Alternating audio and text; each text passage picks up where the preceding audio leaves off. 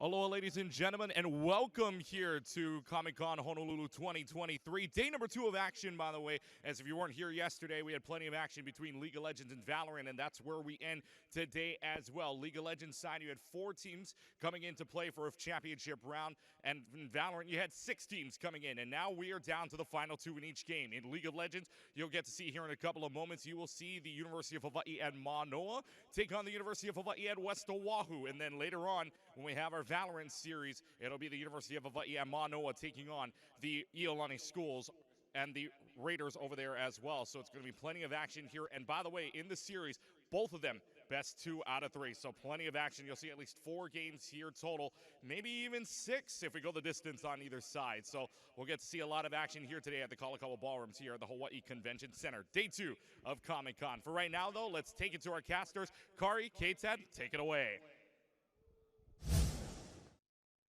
All right, thank you very much, Keegan. Thank you for introducing us in. And we are here, like he just mentioned, to watch the college versus college, right? The friends become enemies, as they say. K-Tad, joined by Space Ghost, our special guest from across the ocean, but a Hawaii native nonetheless. Kari, how you feeling? Are you ready? You got into the Comic Con spirit, it seems. Yeah, I didn't expect to, but the vibe has just been so good and pure that I really thought I'd just kind of bring some of that Mushroom Kingdom flair over to the League of Legends scene. So I'm really excited to be here. The convention itself has been amazing. Everybody has been really kind, really sweet. The vendors are all extremely talented. Many of them came from the States as well. So I'm really impressed with this convention. Yeah, absolutely. Just goes to show you what the Hawaii community, the Hawaii esports scene, but in just everyone in general has to offer here to the islands. And so should be a lot of fun. We are just waiting for the players to actually come out. We're gonna do a little bit of a team introduction today, so it should be a lot of fun as we are getting ready for that matchup, that finals. And we'll talk about the matchup in a little bit, but you know, if you had to pick one thing, then Car, what's been your favorite vendor so far? What's been your favorite booth? Ooh. If for anybody in the crowd, who do they need to go visit downstairs? Okay, I'm gonna answer this when we come back because I have a thing I have to show you. Oh, I have a thing. It's really cool. I wasn't gonna buy anything until tomorrow because I didn't want to carry it with me the whole convention, but I couldn't help myself. So next ad break, I'll chat about the thing I got. ah, yeah. The second you said, "Oh yeah, I'll show you next week," I was like, "Oh right, she spent money already. She's supported local already, guys. Yeah, it's a I good gotta thing." do it. All right. Well, with that said, yeah, as Keegan kind of prefaced, we are watching up the matchup between UH Manoa and UH West Oahu. So we are going to see how this plays out. But there is a little bit of a fun note today. We are being told that UH Manoa will be playing about over half of their squad in off row, so not their main, positions. They are going to try to roll swap around, see how it goes around. Right, we're ready to go, but anyways, I think we'll get ready into that after we come back. But right now, let's do a quick little bit of a team introduction. Keegan, all you. Tad, we are here for the teams right now, and let's introduce the teams for the University of Hawaii and Manoa. Starting off on blue side, you'll have the top side, Zendrigol, followed by Dylan Kira. On the jungle side, mid lane, Cinnamon, ADC, Atomic Shadow, and your support, the blank. Ladies and gentlemen, your University of Hawaii Manoa team, round of applause.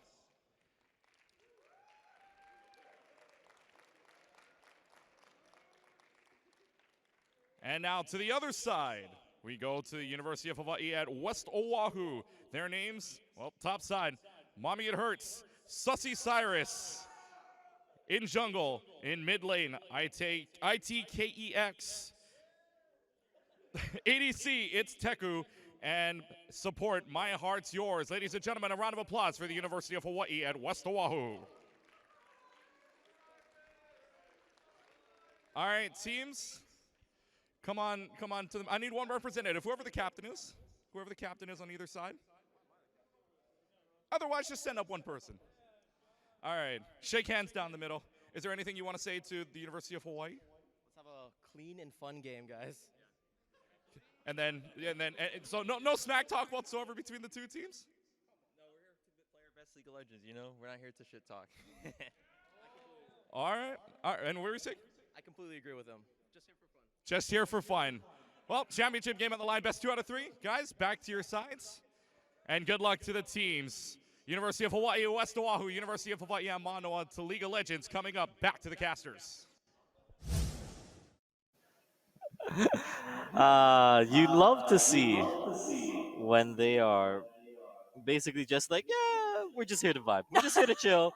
We're hanging out. We're here to just have fun, right? You love that environment. You love that for teams here that, this is kind of more of a showcase and invitational to kind of really just show the community what's out there, right, in our scholastic teams in the collegiate and the high school spaces. So love to see that out of West Oahu. And of course, the guys in Manoa, they've been doing this for a little while. They've got their team. They know what they're going. They know what they're doing. Hopefully, they don't mess up too much. This is kind of pride on the line, pressure on the line, right? Their coach or their manager in the audience, Keelan, will be watching them very closely to make sure they don't do anything crazy. But all right, it wasn't an ad break, but I see that you have a little thing to show us. Look at this. It's a pumpkin. I can't handle it. So this was hand designed by this person. He goes by Kremchi, and he is on the convention floor. And I'm telling you, look at this. Look at it. It's a cat with a pumpkin head.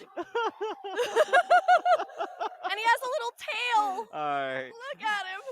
So we now know who Kari's favorite vendor is downstairs. So I guess there's your advertisement for the weekend. But with that said, I can tie it back into League of Legends. There's a Janna main over there who plays on the other team. So I mean, I'm Bewitched okay. Wait, Janna. Pumpkin into Janna, pumpkin cat into Janna. I'm waiting for the tie-in. Oh, yeah, her little thing, the little like bird that she has usually. It's a cat with a pumpkin head. The Bewitched yeah, Janna that skin. thing. Okay, sure. Yeah. I see. You're like, Janna? Pumpkin? Skin specific. Got it. All right. Well, with that said, we are here to watch some League of Legends, and so that is what we are about to do. We are now in draft. We are underway. UH Manoa, I think, opted in for the blue side. They had side selection for game 1. So we'll see how this plays out, as it is just the Ramis ban to start us off. Yeah, thank you so much for banning. I mean, you know how I feel about turtles, about armadillos, and all of that stuff. So thank you so much, UHM, for taking care of me here. But we also have a Mumu band as well. Jarvan, which we saw some very smooth Jarvan moves from Dylan Kira yesterday. So a solid ban. Yeah, and I think these are things that we expected, right, as we come into the today. Cinnamon obviously getting her Aurelia band as well.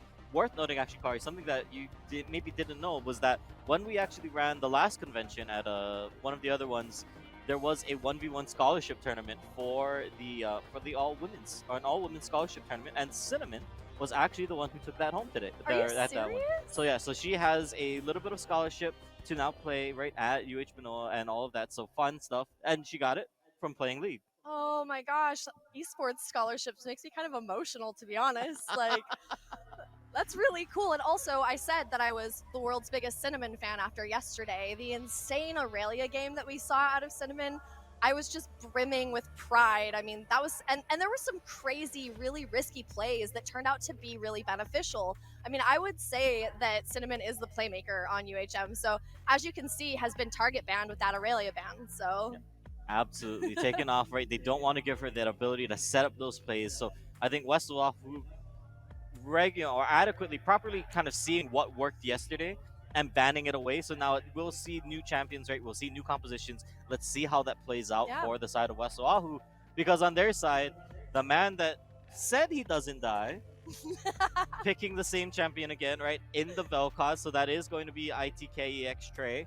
Right, he's going to take the Vel'Koz back again. Let's see if UH Manoa has anything in response for that, if they've had anything prepped. They obviously saw the matches yesterday as well. They know what's going on. They know what to expect. So we'll see how it goes. Yeah, and ITKXT actually does play Quinn. He told me in every single lane, which is super funny to me, because he really is like sort of he's a contrarian. He said he really enjoys these like lesser used champions. He was an ASOL player as well before the rework, but then his budding popularity, of course, forced him to quit. So he is actually an enthusiastic, Quinn player as well. So that's the explanation for that particular ban. But I'm glad to see the Vel'Koz back. It's just he doesn't have any mobility, so it's going to be a little bit tough you know, well, maybe it won't be because I said that last time and he was cool as a cucumber. Yeah, he was absolutely So, fine. Yeah, not under any pressure, I think, whatsoever at throughout their all. game. Yeah, no, not at all. But on the other side, we are seeing that lock back in, right? The blank playing the or potentially playing the Karma again, right? Something that I think we saw them use to great effect yesterday. Obviously, a lot of damage, a lot of bloodthirstiness, right, coming out from the side of Manoa. They pretty much just said, "Yep, kill, kill, kill, go in, Cinnamon, just get the fight going. It's We'll catch up. true. We'll see you there." Just come when you can, you know? Like, we'll Yeah. meet you there.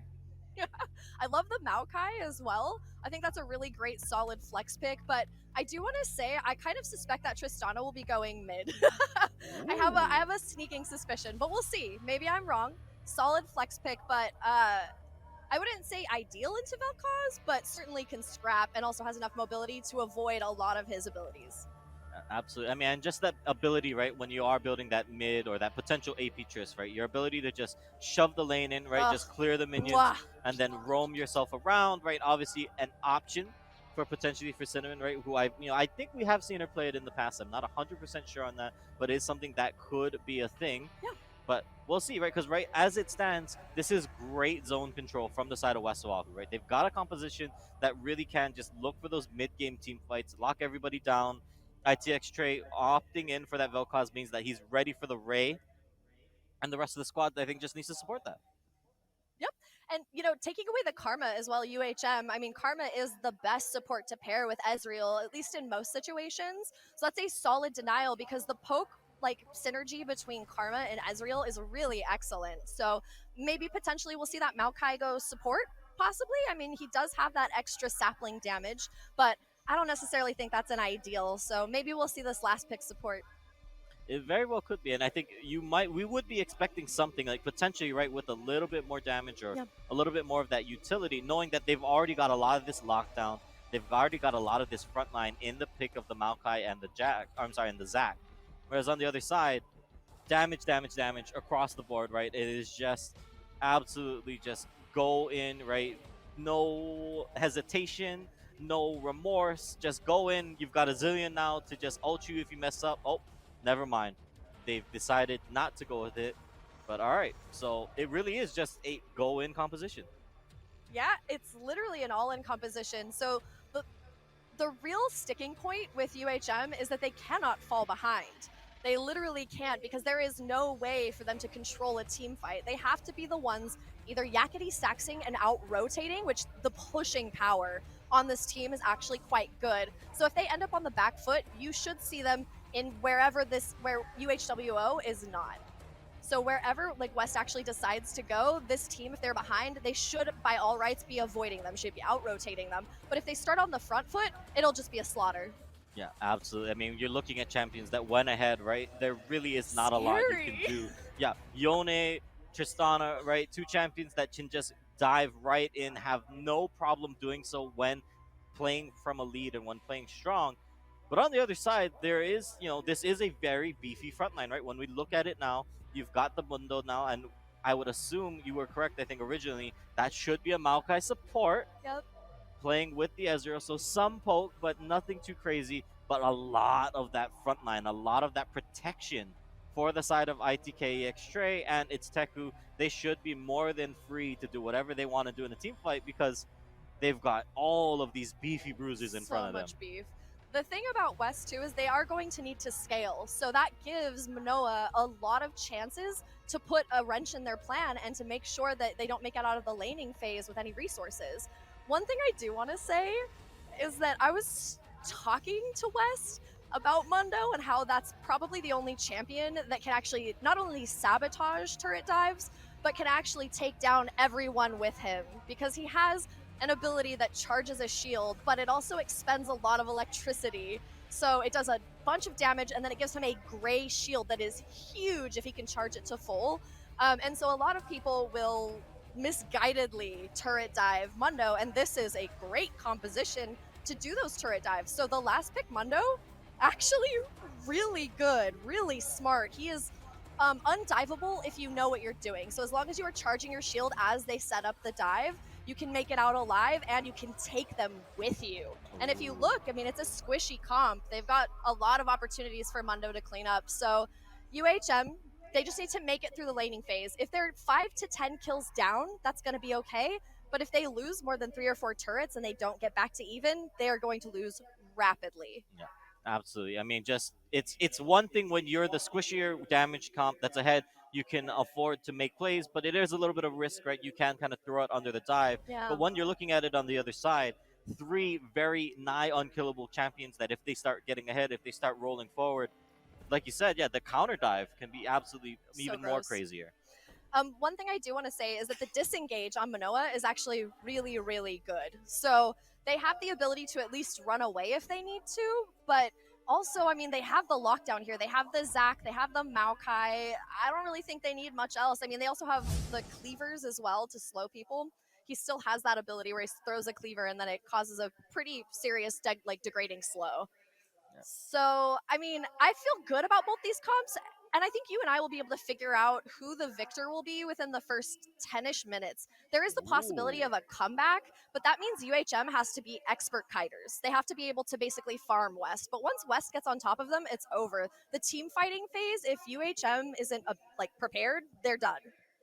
Yeah, So, absolutely. All right. Well, we see it now. The teams on the Rift, they are loaded up. For those of you who are unfamiliar, there is the 3-minute spectator delay for us that we will have to wait for. So we now know, right? Time on the clock, 3 minutes from now before we get into the game. But I mean, a lot to think about, right? A lot to show, a lot of pride on the line here. This is a best 2 out of 3, like was mentioned previously. So even if you fall behind in the first game, right, it's not too late to recompose yourself, right? yeah. Figure out your composition. Figure out is there a way you want to come back into the series because there is, I think, a lot of the cards on the table that UH Manoa has shown, which is that these are most of their comfort champions, right? Because of the amount that we've seen of them, right, both in this tournament and in other matches and other games across collegiate. These are players, these are champions that they're known for. So who knows, right? Maybe West Oahu who knows this, maybe they've done their homework and maybe they'll ban it out or maybe they'll change up the strategy as we move into map 2. It's hard to say. Who knows where we're going to go. It's true. And if this Mundo doesn't build correctly versus whoever he is going up against, that can also lead to a pretty devastating situation that takes out one of your frontline players as well. He also does need to do a fair amount of damage. If you look, you've only got Ezreal and Vel'Koz there to layer down serious damage, but all three of these bruisers, Maokai, Zac, and Dr. Mundo, all have the ability to do an amazing amount of damage, but unfortunately that requires scaling. So I think we're going to actually see a lot of them chasing each other around the map because they both have completely different scaling requirements. So there's going to be points in the game where UHM late game, they're going to want to run away from West. And then West early game, they're going to want to run away from UHM. Yeah. I mean, there is we talk about that sometimes, right? The clock. Yeah. The timer is there a little bit for UH Manoa. They would like this to not go late because then as the game goes on, Zac, Mundo are going to be a lot more pain in the butts as well as Such a pain. Ezreal, right? As he gets his items, as he gets scaled up, those Qs start to really hurt. But here we are. We We're have some ready to serious go. firepower. Yeah, Vel'Koz, true damage, Yep. true damage, right? And it scales like crazy. So, I mean, we saw in that last game too, the way that KTEXT was playing Vel'Koz was very much like, I'm going to kill you before you can kill me. Like, he was doing such a good job of just bravely layering down so much damage, even though he was he was a classic glass cannon. Yeah, very much so the classic glass cannon. So I mean, we heard it from the man himself, right? I just don't I die. just don't die. Yeah. So see if he does it again. If he can replicate the performance from yesterday and just not die, It's I gonna will be be very incredible. impressed. Yeah. I do want to touch on the Elise as well. We're talking about UHM at early game needing to lock down folks, and Elise is really good at that, holding people still. If you kind of take a glance here, we do have 3 champs that have a decent amount of CC. So it's not necessarily about the mobility, it's about locking down your targets or locking them down to layer damage or to run away in both cases. So there is some flexibility with UHM, but I've seen the way bruisers scale. You have too. Like, we've seen the Jax hyper scale. It's terrifying. And Zac has a very similar path. Mundo falls off, but Maokai also just remains fairly steadfast and good. So UHM, like, the reason that I'm a little bit worried about UHM is because its ease of execution is on the side of West. Yeah. Manoa has a harder comp, but they also are, I mean, It just depends. It's so hard to say. Yeah, it really is too soon to call it, too soon to tell. So we'll see how the rest of the match, how the game plays out as we are now loaded up onto the Rift. UH West Oahu on the red side, UH Manoa on the blue, and let's see how this game goes. Mundo is taking the buckler, which means that he's going to go for armor, which is actually a really good decision because whoever's actually going to be doing the most damage to him will probably be that Yasuo. Or sorry, whoa, I just literally, Yone. They're the same guy, it's fine. Just like two moody brothers. But that Yone will be doing a fair amount of attack damage, so it's good that he's loading up there. But then he has these other threats. I don't know what kind of...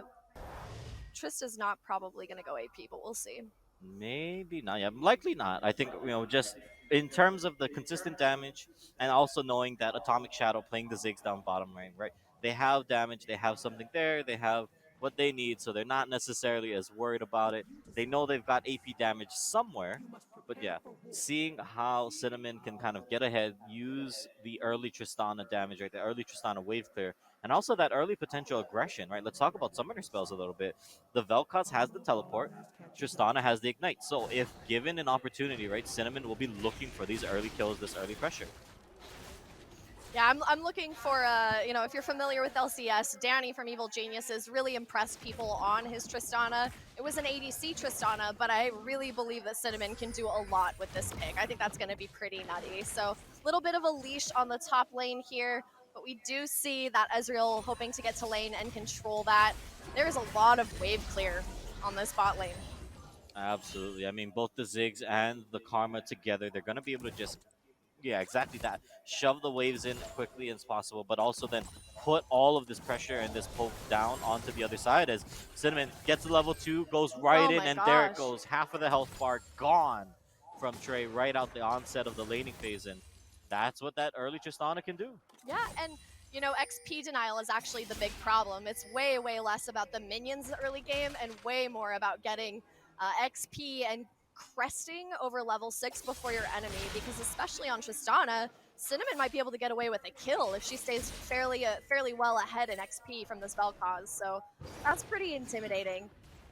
Absolutely. Could be very intimidating, could be very scary as the game goes on. But also taking a look at this here, the vision from Cinnamon, while she pushed them forward, right, while she made that aggressive play onto the Vel'Koz, now gives them information up against to where Sussy Cyrus is. And now this kind of opens up the map for Dylan Kira, right? He knows where his opponent is. He knows he can go for a slower full clear. He's kind of timing up against the Zac as it stands, so not in a big hurry.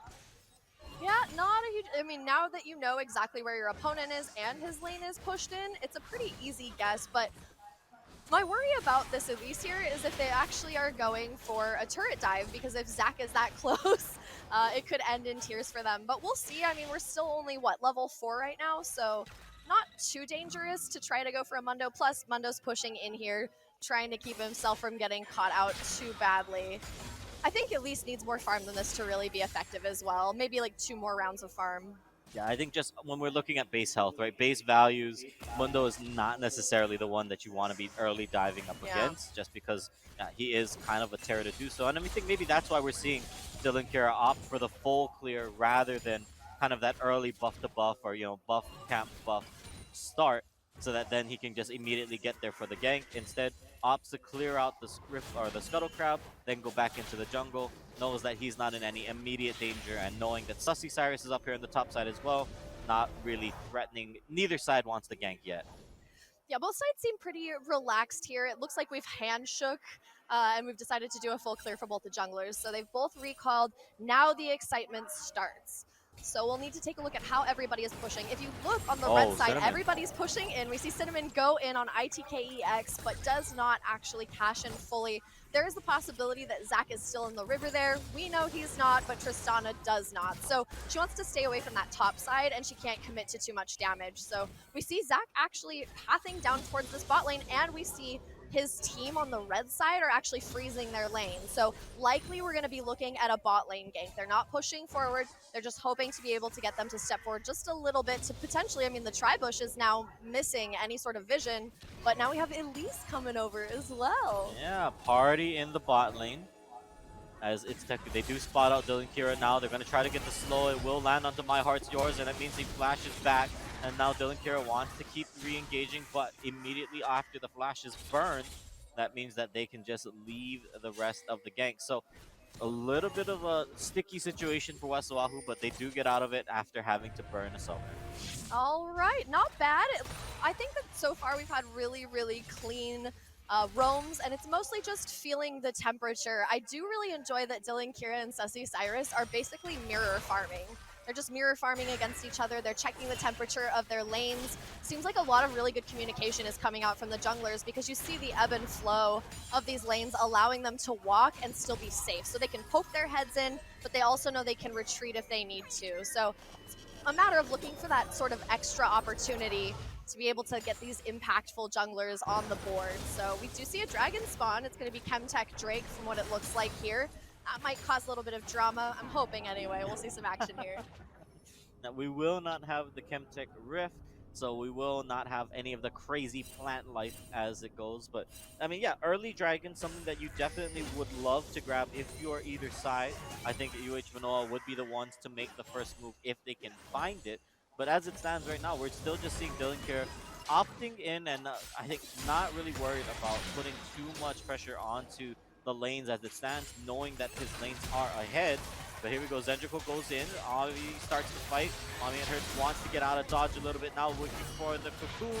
Cocoon goes wide, they don't get the knockup just yet. Zendrico will be taken back to his spawn point, but here comes Sussy Cyrus, and they actually pull Tyrion in using the spiders. Now ult goes forward, and they got a lot of damage onto the Mundo. It's first blood from the Elise, they get the Cocoon, they get the damage. Do they go for the dive? Sussy Cyrus has to flash back, has passes, but doesn't want to burn it just yet, and that is advantage. But hold on, Cinnamon wants to clean this up, but Sussy, I think, rightfully knew it was coming and backs it out. Yeah, all right. It's a beautiful recovery, but unfortunately it wasn't enough. We also, I mean, we said at the beginning of this when we were table setting that UHWO does not want to engage early on, and you can see that. The power of UHM is actually really disgusting. This early game is going to allow them to farm champs instead of, well, champs and minions if UHWO allows it. So they just need to be really careful, not greedy. I mean, we're going to watch this happen here. Let's see if they can actually pull one out. Yeah, lots of damage onto the blank there. My Heart's Yours, able to get the full combo, and honestly, it comes out worse for wear. The wave is now in a position where they get to farm it, but meanwhile in mid, Cinnamon dives onto Trey, and he does go down. The unkillable Geometry Prince has finally gone down in an early game with a 10 CS deficit, but all hope is not lost. This team scales wonderfully. 2 kills, not a big deal. 5 kills, we're getting a little sweaty. 10 kills, they need to be on their best behavior to scale from the mid to late game. So we'll just have to see how it goes. 2 is not a big deal. I think this is a completely incidental amount of kills, and it is to be expected with how much firepower is on Manoa's side. I'm a little bit worried though, because Manoa is showing some superior skills of team fighting. Yeah, absolutely. I mean, I think worth noting, right, when we think back to that first blood, the ability to switch in and out, right, from the side of Zendrico into Dylan Kiro. Yes, Dylan starts coming under fire at the backside of it, but while that was happening, right, Zendrico blinks back to the wave, clears it, gets his level 6, and then comes back into the fight. Like, that's just, they play that in and out game so well there, and now it comes into this thing where, all right, they know they've got the early advantage, they know they've got early pressure, they know that they have this advantage, and we're seeing it here. It should be a free dragon if they so choose. Yep, those 2 kills create enough space and enough econ for them to be able to take that without a lot of effort. Looks like they've decided to go for this Vel'Koz. It sounds like we're setting up a tent. We're going to hang out in mid lane and punish ITKEXT for that incredible performance yesterday. And it can be really punishing. Like I said, Vel'Koz doesn't have any real escapes or movement. He has a potential stun if he can land a combo, but it's going to be a rough lane for ITKEXT unless Mundo can break himself out of this prison to help. And I think that's likely to happen. Very well likely too. I mean, remember, the sacrifice in the trade there is the double teleport for both the solo laners when they're looking at the Vel'Koz and the Mundo. And, these TPs are going to be coming back up soon in about another minute, minute and a half's time. So we'll see what they're able to do in this mid game when they have the ability to start making these movements around the map. Whereas on the other side now, fighting in the mid lane, but here we go. Cinnamon forced back out, and now here comes the engage. Blank is about to get stunned on and locked up, flash out, but instead there's the damage, there's the return. It's Tech who builds that one, or picks that one up. Atomic Shadow wants to get another one, looking for bombs over the wall, but it will be dodged out, and that means it's a 1-for-0, and it should be a dragon. Nice and clean, and that means West Oahu is going to force this dragon. They don't have TPs. Manoa knew it. They were moving in for the kill, and that's when West decided to unleash. But you saw they did walk away with less damage. They did a ton of damage to them, and they were only able to get that one kill. Even though it was a 3v4, West almost fell there. So that just goes to show how much longer they need to be able to scale up. They're making amazing choices here. And once again, 2-1 is an incredible scoreline when you've got this really, really itching to fight team comp on the side of Manoa. So beautiful, beautiful effort. Yeah, absolutely beautiful effort. Yeah, and if you are West Oahu, you are not sweating right now. They probably don't even know, right? When you think about it in this game state, they don't even know if they're behind gold right now. 2-1, they may be thinking, yeah, it's maybe only a few hundred, right? We know now that it's a 2K gold lead because of the CS, but hey, if you're West, you are more than fine with where the game is at right now, what the game state is, where everybody's at. You're not really in too much of a concern yet. Because, yeah, they just need to keep scaling, right? The more levels they get, and actually, hold up. The dive, we talked about it, the counter dive. Yep. Well, in the 1v1 dive, Mundo seems to be doing just fine. Yeah, he's doing great. I don't see anything super problematic here. The fact that he took down Zendracool is really great. You can see there's a 16-15 CS deficit between them as well. Honestly, if you just think about Manoa's team as like they're all covered in spikes, that's kind of why there is a farm deficit, because you can't get too close. They have so much firepower and damage that you are going to be denied XP and you are going to be denied farm. But as long as West keeps their heads cool and they don't get baited into any ugly engages that will cause a team wipe or 4-3, then we should be pretty good here. But I'm gonna be honest with you, I'm actually really impressed with how chill Manoa is being. They're not super trigger happy. I think that they also may have better hands. They may be the more skilled team fighters, so maybe they're not that worried about the scaling. So we'll just have to see. If they have really good teamfight tactics, the way that they can isolate these bruisers and keep them from touching them and kiting them is really, really cool. That's one of my favorite team comps, the disengage comp. They play it back, just the auto weaving, right? The orb walking, or all of that. Yeah, absolutely. We'll see how that plays out, because I think that is an expectation, right? Cinnamon, Atomic Shadow, they know how to play the team fights, and we would expect them to be able to keep their distance while maximizing that damage in the team fight. Not an easy job to do, but also I'm kind of curious because nobody's really made a lot of that, pressure for these early dragons. I thought we would have saw it after the team fight from West. They changed it around. They opted not to go for it. And as turret plates are about to finish out, and as we're about to now kind of move into this mid-game phase, there's not a lot of pressure. Nobody really making any highly aggressive movements. Everyone just kind of playing back and farming. Yeah, and I think Manoa really just wants a little extra firepower, a little extra oomph. Maybe they're looking at building particularly some, I mean, it is looking like we might get a Shirelia's or something here that will also allow additional lockdown and movement. So I love, by the way, I just want to point out that Dylan Kira is probably going to be going for the Dark Seal, which is to me the biggest Chad move you can ever do in any sort of comp game, because it says to you, like, I'm gonna be successful no matter what. And so that's a pretty bold thing to do here, but it looks like we're gonna trade the Rift Herald, which is the superior objective, for that dragon. However, UHO West is going to have to stack dragons. Wait, hold on. Yeah, Vel'Koz has to blink back, but instead here comes the Ezo. Mommy, it hurts, is running up and taking down the blank. They will get the kill. They will get the dragon. It will get traded off across with the Rift Herald on the other side. But, yep, advantage now to West, right? They've got a permanent objective. They've got some more gold in the pocket, and honestly, the teleport's unmatched there. Yep. And the benefit of Rift Herald is not immediately seen. I mean, it's it's a huge time investment to be able to get down those shields, to get down the HP, and be able to take it out. So we did see Dylan Kira just going through that Herald, and the way that they're going to use it is going to be key. So let's take a look at that Maokai ult, which was actually really excellent. And it also, the kill went over to the Vel'Koz. It's like basically patching your Vel'Koz who's got a crack in him. Absolutely. I mean, just slowly giving him a little bit more of that damage, right? I think that's what he's going to need in these mid-game team fights like we're talking about.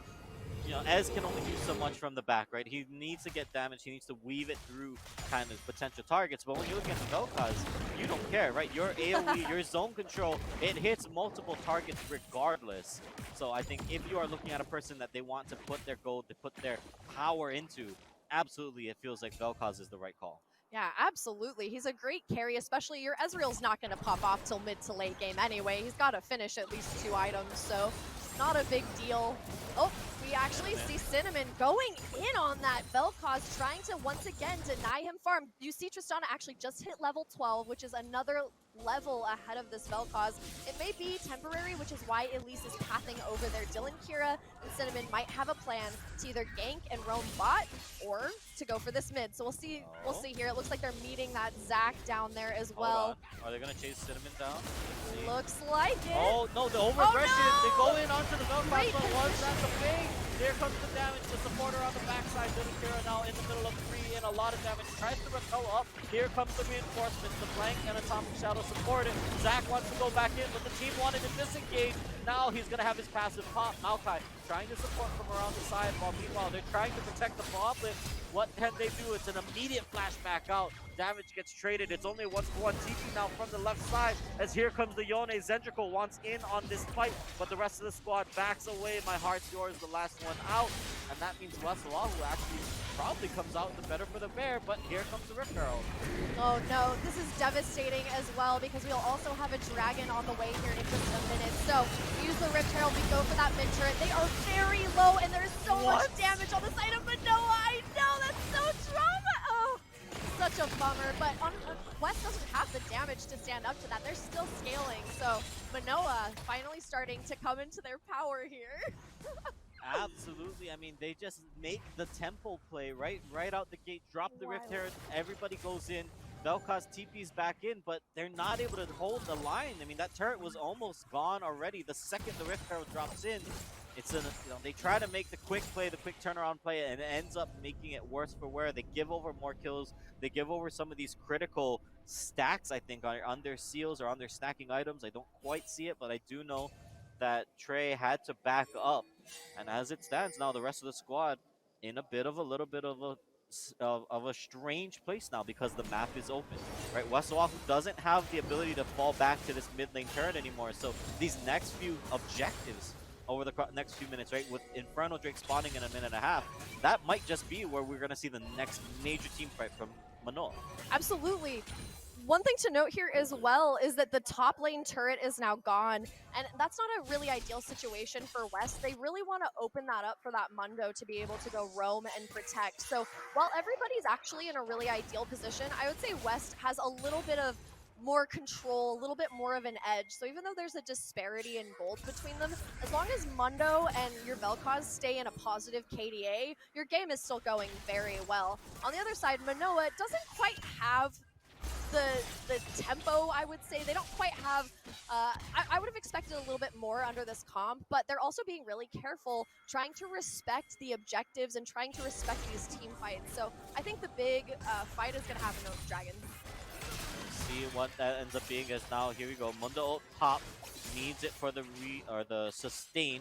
Rather, Zendrical also then using his ultimate as well. So a lot of trades up in the top side, but worth noting, Mundo does have his teleport still, right? After that last chain of events, he didn't opt to burn it. It was Trey who opted to type TP down to the turret in that mid lane fight. But here we go, Zac going in. They want to get the damage. Blank does take some of the damage. It doesn't get knocked up. Villager in the bush. They're going to focus onto the Zac. Damage is there. They root up onto the Elise, but it will be first jungler down. Now, Atomic Shadow wanting to move forward.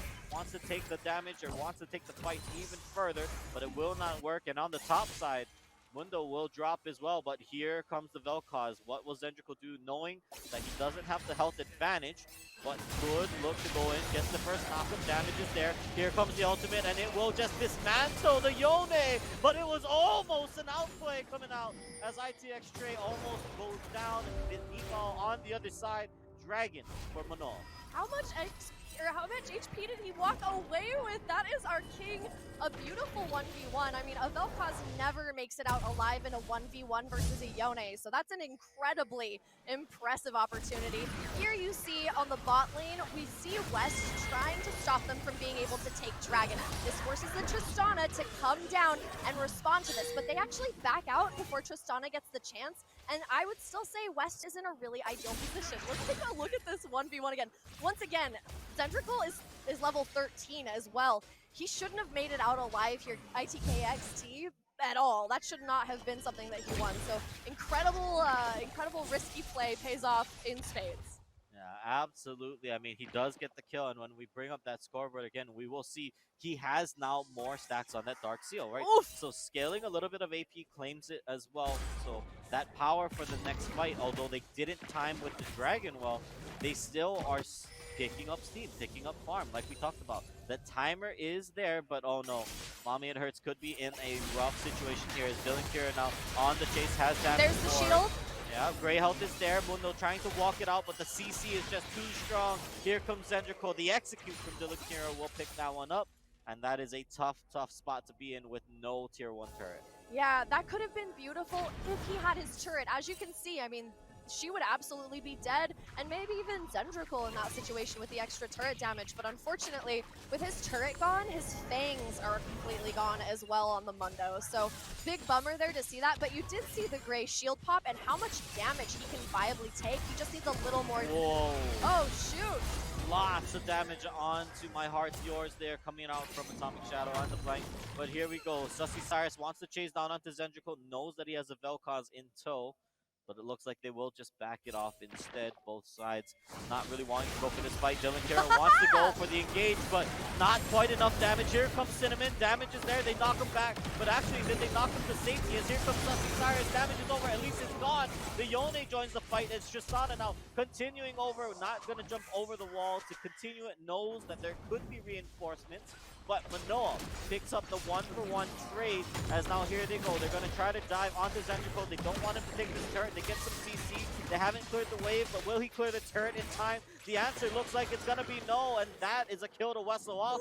Turret was one hit away. Zendrical's doing everything right, but again, this Mundo, I mean, look at his health now. He is looking super nasty, and like I said, the power of the turret is really where Mundo can shine. So, you know, even if West gets in a back-end position, they can come back very easily. Manoa, though, they need more firepower. They need more kills now. They need to get some more sustainability going on here and being able to push out and actually take control here. They have 3 turrets to 0, so it's actually looking really good for Manoa.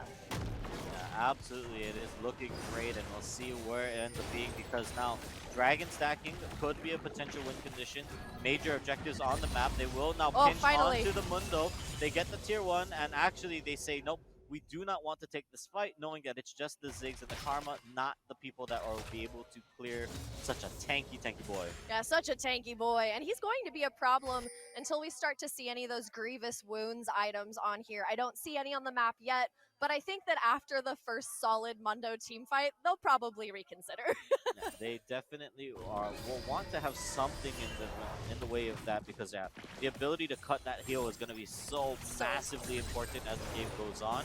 Otherwise, you know, you're relying on Cinnamon to get constant DPS down on the Mundo, and with the way she's currently building, I don't think that's actually her plan.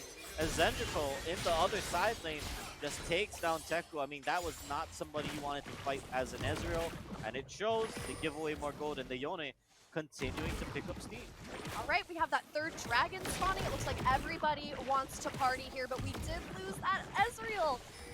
You know, I've always said that the side lanes are dark and full of terrors, and in this case, it's actually Yone, which is so not good. But that Ezreal's actually kept it together and has basically just been a humble farmer this entire time. He's about ready to start fighting. Oh, teleport gets burned from the side of Atomic Shadow, as it looks like they do want to take positioning for this dragon. Ezreal has spawned though, 15 seconds on the clock until the dragon comes in. But it looks like West Oahu opting to not go for it, not to contest, or rather they know with the vision they have down there that or just kind of hanging out amongst the fringes of the two pink wards. But yeah, right. No, West Oahu still opts to say nope. We don't want to fight right now. We will wait for another day. Yep. And you know, with the 3 turret deficit, it gives Manoa access to the jungle for West. So their priority is to clear the jungle and get those resources first, considering that they don't have turrets to basically protect their jungle. The lanes are pushed out as well, and you know, the way you win the game is turrets. So really important for them to recover some of that ground. So, you know, giving up that 3rd dragon, it sucks, but Oh, here we go. We've seen this song and dance before, but let's see how it plays out this time. Zendrical does get teleported back, flash forward, but not able to do it either. Dylan Kira, spell immune is there, but meanwhile, on the other side of the map, there's a fight from the Vel'Koz. They pick up Cinnamon, and what I think was an over-aggressive dive. The Ziggs does not clear the S0 either, and it looks like now it is a cross-map play that goes in favor of West Oahu. wow. Okay, this is some good stuff coming out of West. They're still keeping calm. They're still managing to find some picks, especially during this mid to late game transition is going to be really, really good. That Cinnamon pick is incredible. Maybe the pressure. I mean, we do look to Cinnamon to be the main damage dealer. They they didn't carry, but they did an incredible job being the main character of the last game. So I can understand the pressure mounting there, potentially making a bad dive, but otherwise, both teams are fulfilling their win conditions really beautifully. We may have a, you know, I loathe to use this word, but we may have a banger late game, honestly. It's not a Game 3 series yet, Kari, so hold the phone. Not quite well, yet. not, you know, we reserve the right to call it that, yeah, you know, for a little bit. But I do agree with you. This is a very good showing from both sides, and I think we are in for a very explosive 30, 31-minute timestamp, because as these next dragons start spawning, that's when the pressure is going to be there, and West would prefer to not give them soul point right out the gate, as Zendrical, though, that damage is terrifying because that's one of your tankier members. That's your tankiest member. Literally. Oh no. And you've got that Kraken Slayer on him too. So it's just going to be kind of icky for Mommy to be able to walk through those engages. I really wish Zendrical had taken the bait because he did a great job of baiting him into the Ezreal in the bush there, but he's smarter than that and he didn't take it. So cooler heads prevail. Looks like they're setting up for something in the mid lane here. It's most likely just a group push though. Yeah, I think just clearing the vision. It is not time for the NA ram yet, but instead the rest of the squad letting the vision down. And honestly, I think if you're Manoa, they would like to keep vision control over this side of the map. Yeah. Keep that threat of the early Baron on their side, knowing that this is when they are strong, right? This is when their power play kind of comes into the mix. Because you don't want to face check into an Elise, into the Yone, right? You will just get CC'd and then you will be gone. All the meanwhile, the Tristana is just wailing on you with the cannon from so far away. But on West Oahu's side, they're fine with it. They can check bushes with the Vel'Koz. Yeah, absolutely. You can absolutely check bushes. You also have the saplings as well that provide a little vision, so they can do things safely. It's just a matter of will West Oahu, will they actually keep cooler heads or will they be baited into those engagements? We've seen them bait each other into unfavorable engagements, so that's kind of why I'm excited. This is actually turning into a pure skill matchup, which, you know, when you draft these two different comps and they have these two very different win conditions, the fact that both of them are very much intact for this later game is going to lead to some very awesome team fights. We haven't even seen a full team fight yet, actually. Yeah, we have not had the chance for the 5v5. Celsi Cyrus sees one, knows where the Tristana is. Cinnamon could be in a bad spot, needs to jump forward, needs to get damage. Focuses down onto its tech, but now here comes the Zac, and here comes the Vel'Koz, but it's going to be the slam dunk from downtown. Atomic Shadow will pick that one up. Dylan Kira now in the mix of it all, but the Maokai on the side. They've got Vel'Koz as well, and who will they turn focus to? It's going to be the Ziggs. They are going to pick him up. Zonius gets burned, but it's just a matter of time. He's actually going to flash back over the wall. He gets out, but how long? He drags them forward. They're going to look for the root in. They're going to look for the damage, and actually, can he play around the Baron? Here comes Baron. Baron, the sixth man, gets that one. Dylan Kira needs to run. TP comes down. Mommy and Hers is here. Will they go for the Baron? Ezreal is not up. Yone is gone as well. At some point, they picked him up on the side. And yup, West Oahu, they're going to take the Baron. Oh my gosh, Atomic Shadow, the only person who walked away with a kill, and it was because of the Ziggs world ult on that Ezreal. Amazing work from West Oahu. I'm a coward. I would still say it was too early to have that fight, and they walked out beautifully. They managed to secure Baron Nasher of the Laie Nasher family, actually.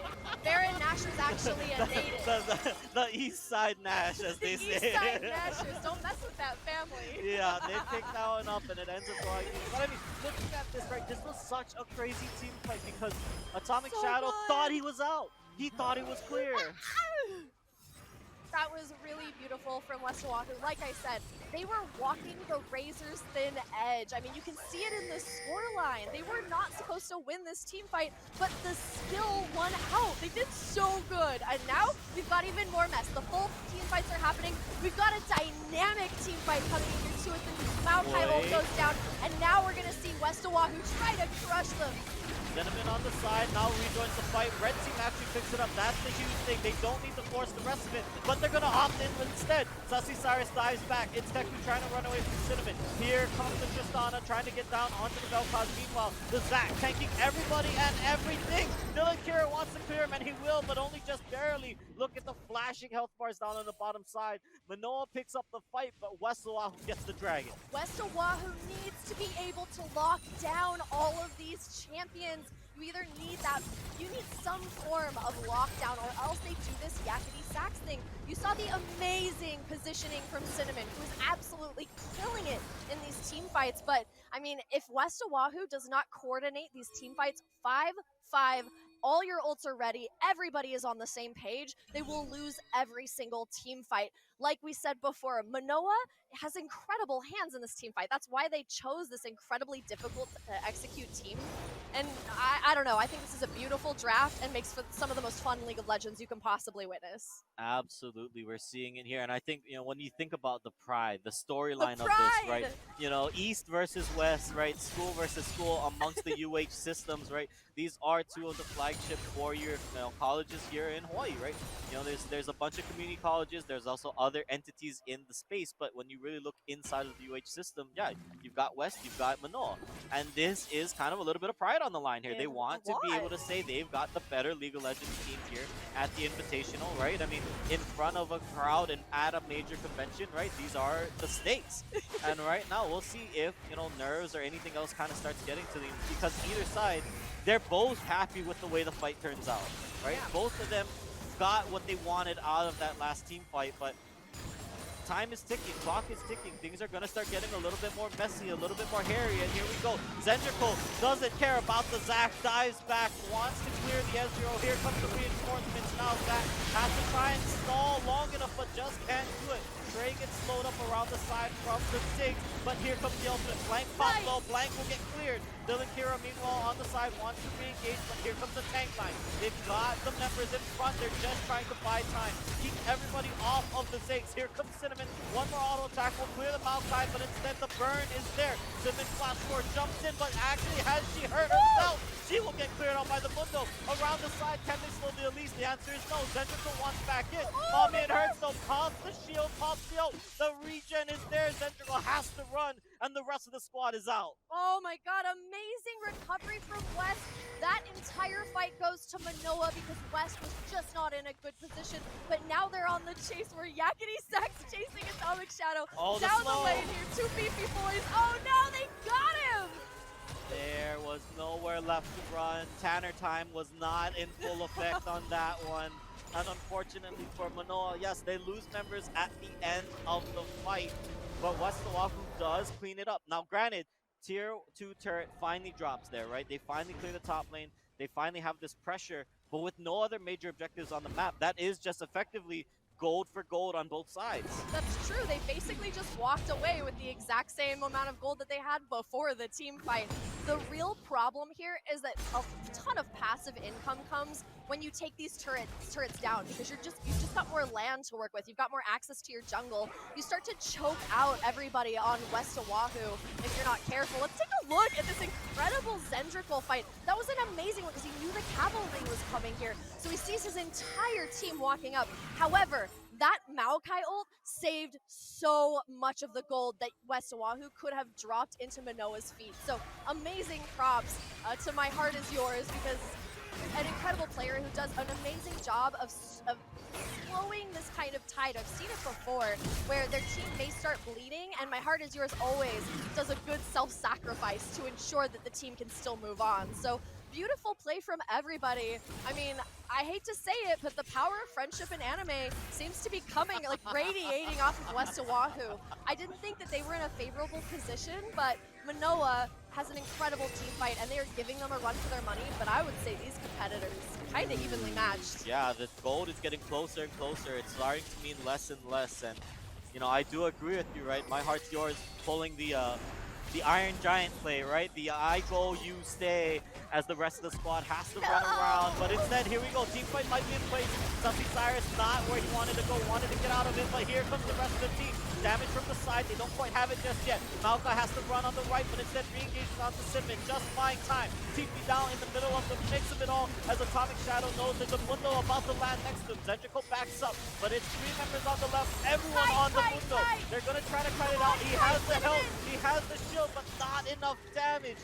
And that means West has to back away. Whoa! Oh my god, that was amazing! Zentrical just got punished really heavily by ITKXT and really didn't have to. That was actually an amazing little poop from them. But listen, West Oahu needs to stack these dragons. This is a big loss for them, unfortunately. Although, they still managed to get a massive, massive bounty on Zentrical. Yeah, massive indeed. But let's take a look at this replay, because this starts with West not being where they wanted to. Sussy wanted out. Yeah, Sussy wanted out.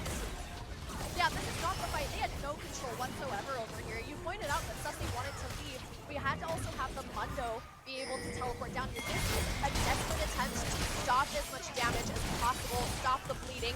This was not an ideal team fight for West Oahu, but Manoa, beautiful setup, amazing catch, great vision around as well that allows them to actually get these picks in the jungle, and that's exactly what they want. Manoa absolutely wants picks in the jungle, whereas West wants to fight out in the open, in the lane, where they can control everything. So everybody's, again, fighting to their win conditions. Manoa has a bit of an edge here, but I think West Oahu, if they stop getting caught out, still have the opportunity to do something crazy. Absolutely, they still have the opportunity, they still have the chances, right? I mean, this is the team that we were talking about as they scale. Mundo takes a lot of damage there. It's Teku also eating up some of that poke, but for now, they maintain some vision in their top jungle, right? They maintain the ability to see if the Baron play is coming, but as it stands, everyone else backing away. Zentrico clearing out bot lane will start pushing into the base, but instead, okay, Baron started up from Manoa. They throw down the gauntlet. Challenge has begun. Baron burning down. Here comes it in, but no steal. That means they pick up the Baron, and Zach is in the middle of the fight. Will they continue or will they back away? That's the question. As it stands, Zach is going to get popped, and it looks like the rest of West has to give it up. They know that could be a game-ending fight. If they lose it, they back away. They did such a good job. Manoa did an amazing job. I keep saying kite, kite, kite, and every single time, Cinnamon just impresses me so much. Clear heads prevail here, and Manoa is looking really sharp. West Oahu still has plenty of opportunities. I'm just so sad because if they had engaged, like everybody was clumped as well. If they had just engaged Manoa 5 seconds earlier, they could have wiped them. Big bummer. This may actually cost them the game. It could be. It could be one of those things where you just think back on it and that's where the play was lost. That's where it all fell downhill. Hello, darkness, my old friend.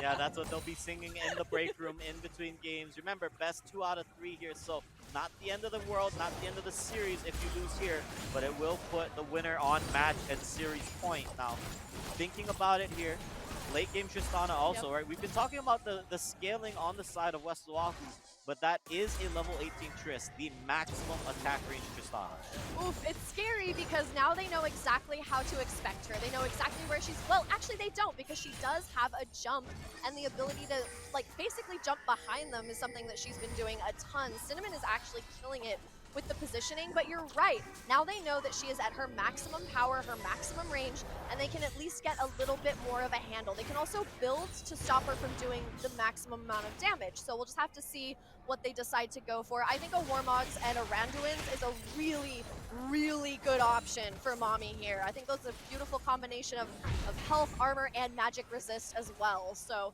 we'll see some good team fights here even still. I know West Oahu has some life left in them, and I honestly don't think this game is over yet. Still not quite there. It is an 8,000 gold lead, but an 8,000 gold lead at 40 minutes means a heck of a lot less Way less. than an 8,000 gold lead at 20. And so we'll see how it kind of plays out, because I do agree with you. They do have the ability to be in a late game team fighting scenario. I think the threat that they're more so worried about right now as it stands is actually the Yone, right? Zendrical has a lot of damage there. They will see this though. Okay, no, they cancel it immediately. They know that this is not a something crazy's fight. gonna happen here. I'm scared. Yeah, team fight could be started up soon. There's some damage onto 2 with the Ezo, but My Heart's Yours needs to back it up. They do not have health. They will have to back up. She knows that she needs to base, and now they just want to clear the waves. This is what is traditionally referred to as turtling, but it's something that West Oahu's comp really gravitates towards. It's a great position for them to be in, because cracking these inner turrets is going to be a bit of an issue for Manoa, because if they step up, they can get caught out, and that gives West Oahu the ability to really punish. Yeah, 30 seconds though on the Dragon. That's the thing that Oh, my eyes are no. on. Yeah, it's about to go down. TP's up for both top laners, so Zendrical wants to get this at least to the Nexus turret on the next wave. Or, I'm sorry, the inhibitor turret at the next wave, whereas the rest of the squad knows that they need to position. They would like to get Mundo, they would like to get Mommy It Hurts a TP ward to start and to get them into the middle of the fight. But until that time, everyone has to position so cautiously. They don't want to trade too much poke. They don't want to trade too much, and again, UHM is just covered in spikes. It's really hard to walk up to them. For the most part, yeah, wow, that was near instantaneous, and a really bad situation for West Oahu, because what UHM actually needs is a little bit more beef, and that's exactly what the Mountain Drake does. It creates a huge issue, because now they have sustain, and now they have the ability to walk up. So even though you see Sussy Cyrus there, he's not a threat anymore. They have that Mountain Drake soul, and now it's the Mountain Soul, and now it's just a matter of pushing in and trying to clean it up. They're still going to have trouble cracking West Oahu, but it's only a matter of time. Yeah, it's only a matter of time. There's a lot of pressure now. Zendrical would like to get the inhib turret and then get out, but actually, are they going to start the fight? That's the question. Its Teku is up. This would be a theoretical 4v3 because Cinnamon is in the mid lane. And it looks like they will just clear the inhibitor. West Oahu backs off, attempts to fight another day, but that was just a big pickoff earlier, right? To start this chain of events, we're looking at Trey, the Vel'Koz getting picked off, and actually Manoa wants to end it here. They know they've got 10 seconds. Can they go in? They're going to try to find the backline. It's Teku has to get to the fountain. Meanwhile, Mommy and Hurts backs up, but they just clear it. They clear the Nexus.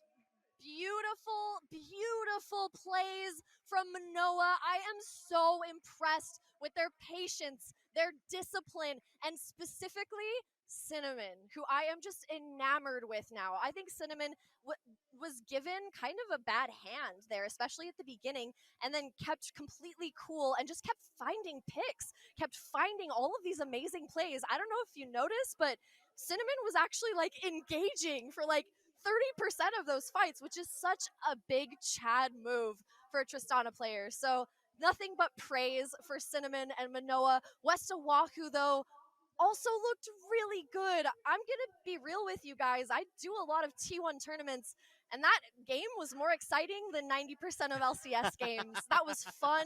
Everybody was really skilled, and there was a lot of excitement. So honestly, you guys are watching some good League of Legends right now. Yeah, absolutely. That game was incredibly close. It was a very So tight game, but close. actually don't go anywhere because we do have another one, right? Yes. Coming up, this is still a best 2 out of 3. This is not the end of the League of Legends portion for today. So we'll see, right? Can West Oahu come back? Because I think if you're looking at it, that's not objectively a bad composition, right? The way No. that they wanted to win, the way they wanted to play the game, they got to play it, but they just ended up in a really weird situation off of just a few rough team fights.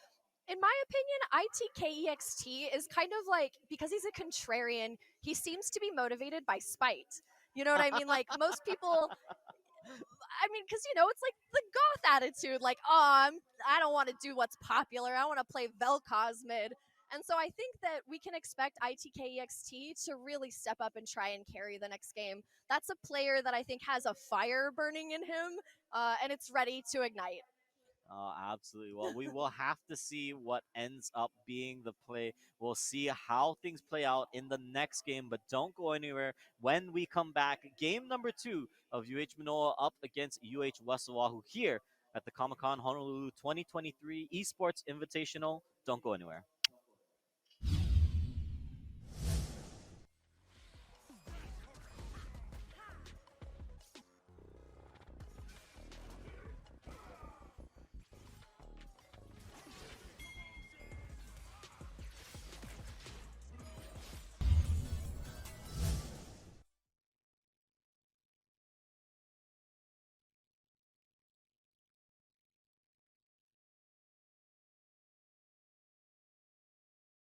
All right, welcome back. Welcome back, everybody. Sorry about that, folks. We had a little bit of technical difficulties, but welcome back, everybody.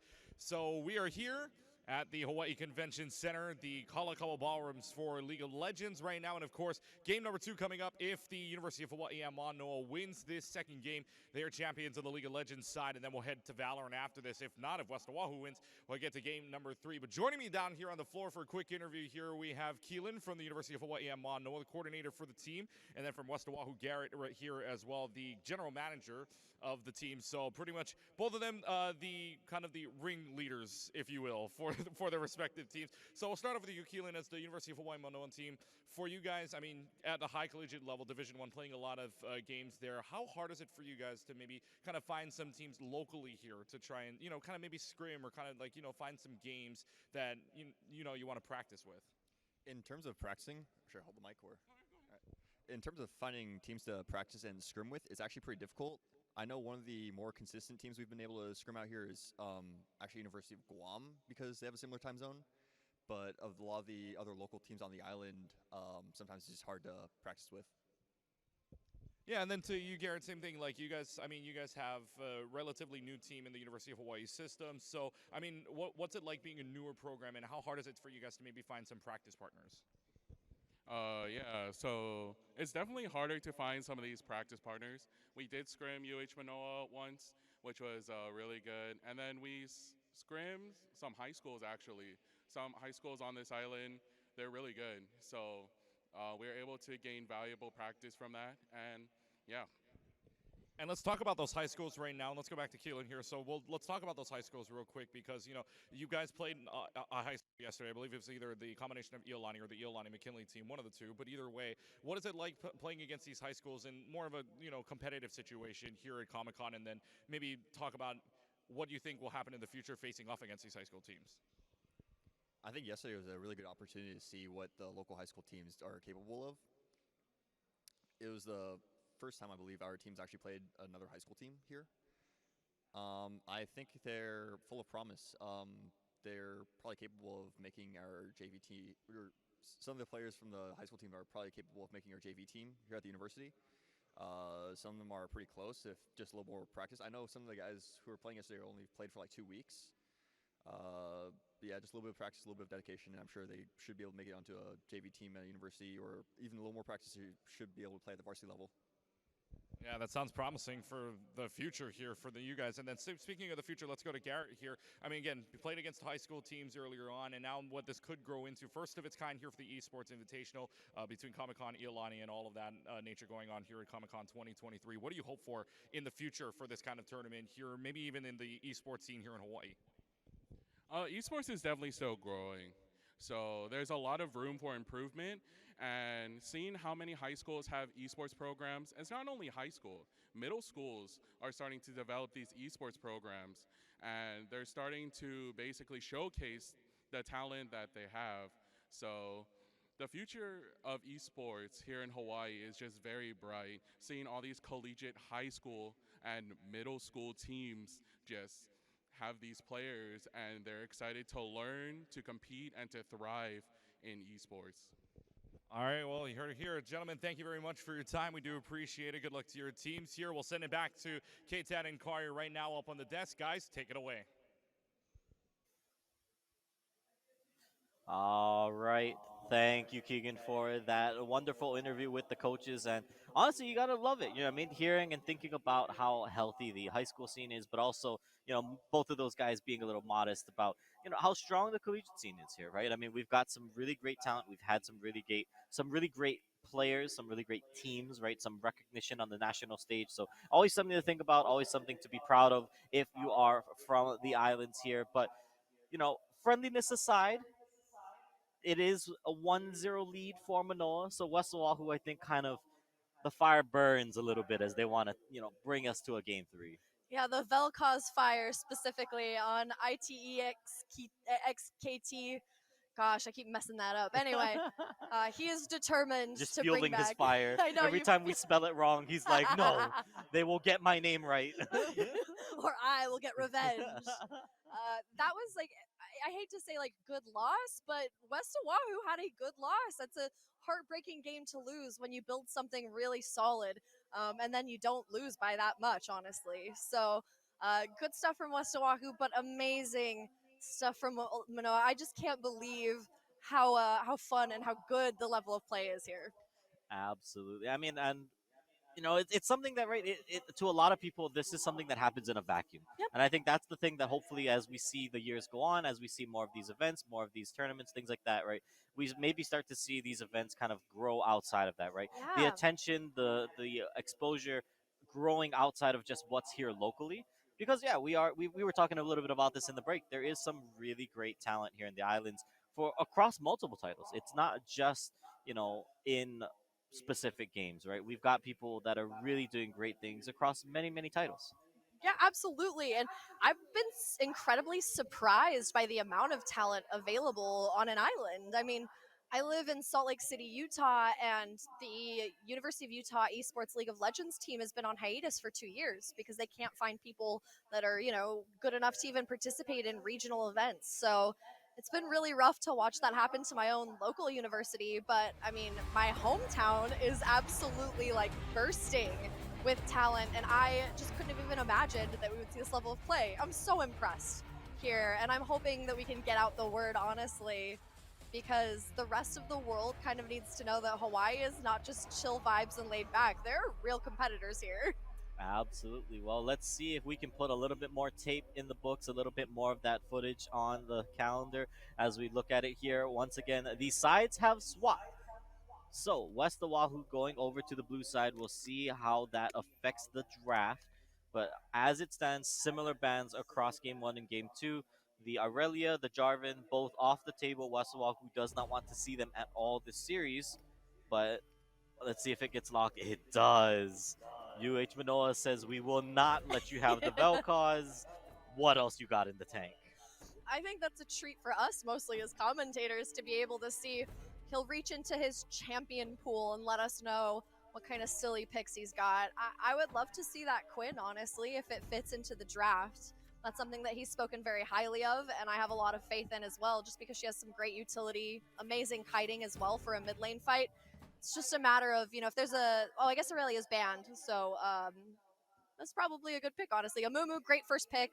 Great B1. No. I mean, they're just waiting. They're just waiting, right? It's just a little the guy. Quinn is still on the table. We'll just see what happens, right?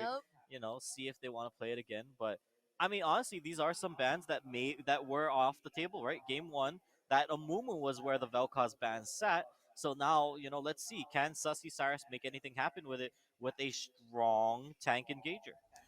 I think that Sussy Cyrus has a really solid sense of autonomy and the ability to engage. Everybody on the team needs to know when engages are good, but I think one of the most important things is giving Sussy Cyrus the ability to get away. Honestly, he loves to be able to like scout ahead, and he kept getting caught out in the last game. I think Amumu's a great compromise. So gives you a way in, yep. And then once you're there, you're kind of stuck, but it does allow you to survive.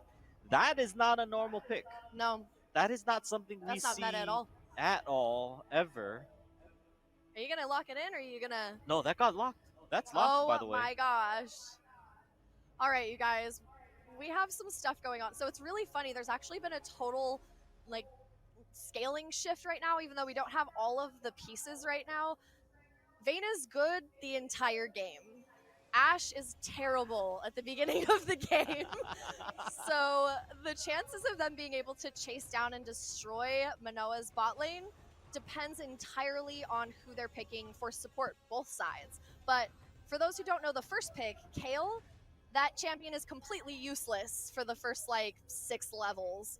And so she needs, like, she can be turret dove at level 2 or 3. She's very, very vulnerable. So we'll definitely see Mommy on that top lane trying to protect. But once Kale scales, like if Kale gets to level 18, generally she can 1v3, 4, 5 sometimes, depending on what the situation is. So West Oahu is doubling down and they're saying we want something strong for damage to be able to curb the tide of Manoa's team fight based skill fighting. Okay. So that's the Vayne. And its Teku actually will be empowered finally, not in Ezreal jail, which he said he started to feel himself in like the last few minutes of the game. And it reflects for sure. Ezreal jail sucks too, especially if you're a really good ADC like it's Teku. So we'll be able to do a lot with the Vayne, but we'll have to be patient with the Kale. But if you think about the game on a timeline, you've got like Vayne covers the first half, Kale covers the second half for damage. So that's like kind of your... But also, Vayne is good 24/7. If she gets fed, even if she doesn't get fed and is like 12 and 4, she gets like 3 kills and she's back on the map. Yeah, I mean, that true damage. Yep, so scary. And like very much like Jinx, great recovery. Absolutely. Well, let's take a look on the other side, because while that was happening, right, the Maokai gets picked up, the Ashe gets picked up, Atomic Shadow, as we are being told, is an Ashe main. So we'll see how he plays it, right? Nice. With the Ziggs off the table, now forced to play something different as well. But unfortunately for us, the Quinn is banned away, right? It did get banned in the R4 slot. So now instead, they're going to pick up the Jace to say, all right, we challenge you to see what are you willing to play into that potential Jace mid, because that is a lot of pressure that can land on you regardless of what mid lane enchanter you pick. Yeah, they really put them in a rock and a hard place, especially because Jace can also flex top, and Kale into Jace is not ideal. It is extremely unideal for Kale, at least for those first little while. But again, Kale is not going to exist for the first 15 minutes of the game. She really should just be humbly farming, unless there's some other strategy I'm not aware of here. I've seen some weird, innovative stuff with Kale's very weak first levels, but we'll just have to see. I like the Janna pick. My Heart Is Yours actually said that she really loves playing in enchanters, so. What if it's a Kale mid? Oh my god. Well, hold on. Let's think about this. That could be a Jace top. This could be the Lysandra into what is a potential Kale mid. Yeah. Because then the Malphite going up there, knowing that, yeah, sacrifice the top lane anyways, but then open the door for a potential Kale movement action. I'm really trying to kind of figure out where the pieces are. I think West Oahu, we just talked to the coach. He was holding out on us. Yeah, he had a big old secret in his pocket here. If I had to guess, it's going to be Cassiopeia support with the... I know this sounds insane, but if you have extra chip damage on the Cassiopeia, it makes it really hard for Vayne to even step forward. Plus, she has a slow, plus that poison she can layer. Vayne's range is really, really low. So actually, Ashton to Cassiopeia support would be awesome. I think that the Maokai is not great because Vayne can chip him down even with the protection of the Ashe. Ashe does not have enough damage to out-damage Vayne at all in any situation. So I would ideally put Cassiopeia in support, but that is completely non-traditional. That is not something that people do. Cassiopeia is traditionally mid. So I think you're onto something with potentially... Gosh, I don't know. This is actually really confounding. Yeah, I mean, we know that Amumu and Janna are locked, where you would expect them. But Janna also can go top. Yeah. Oh yeah, that's right. So there's a lot of like... Oh yeah, you're right. Yeah, no, yeah, okay.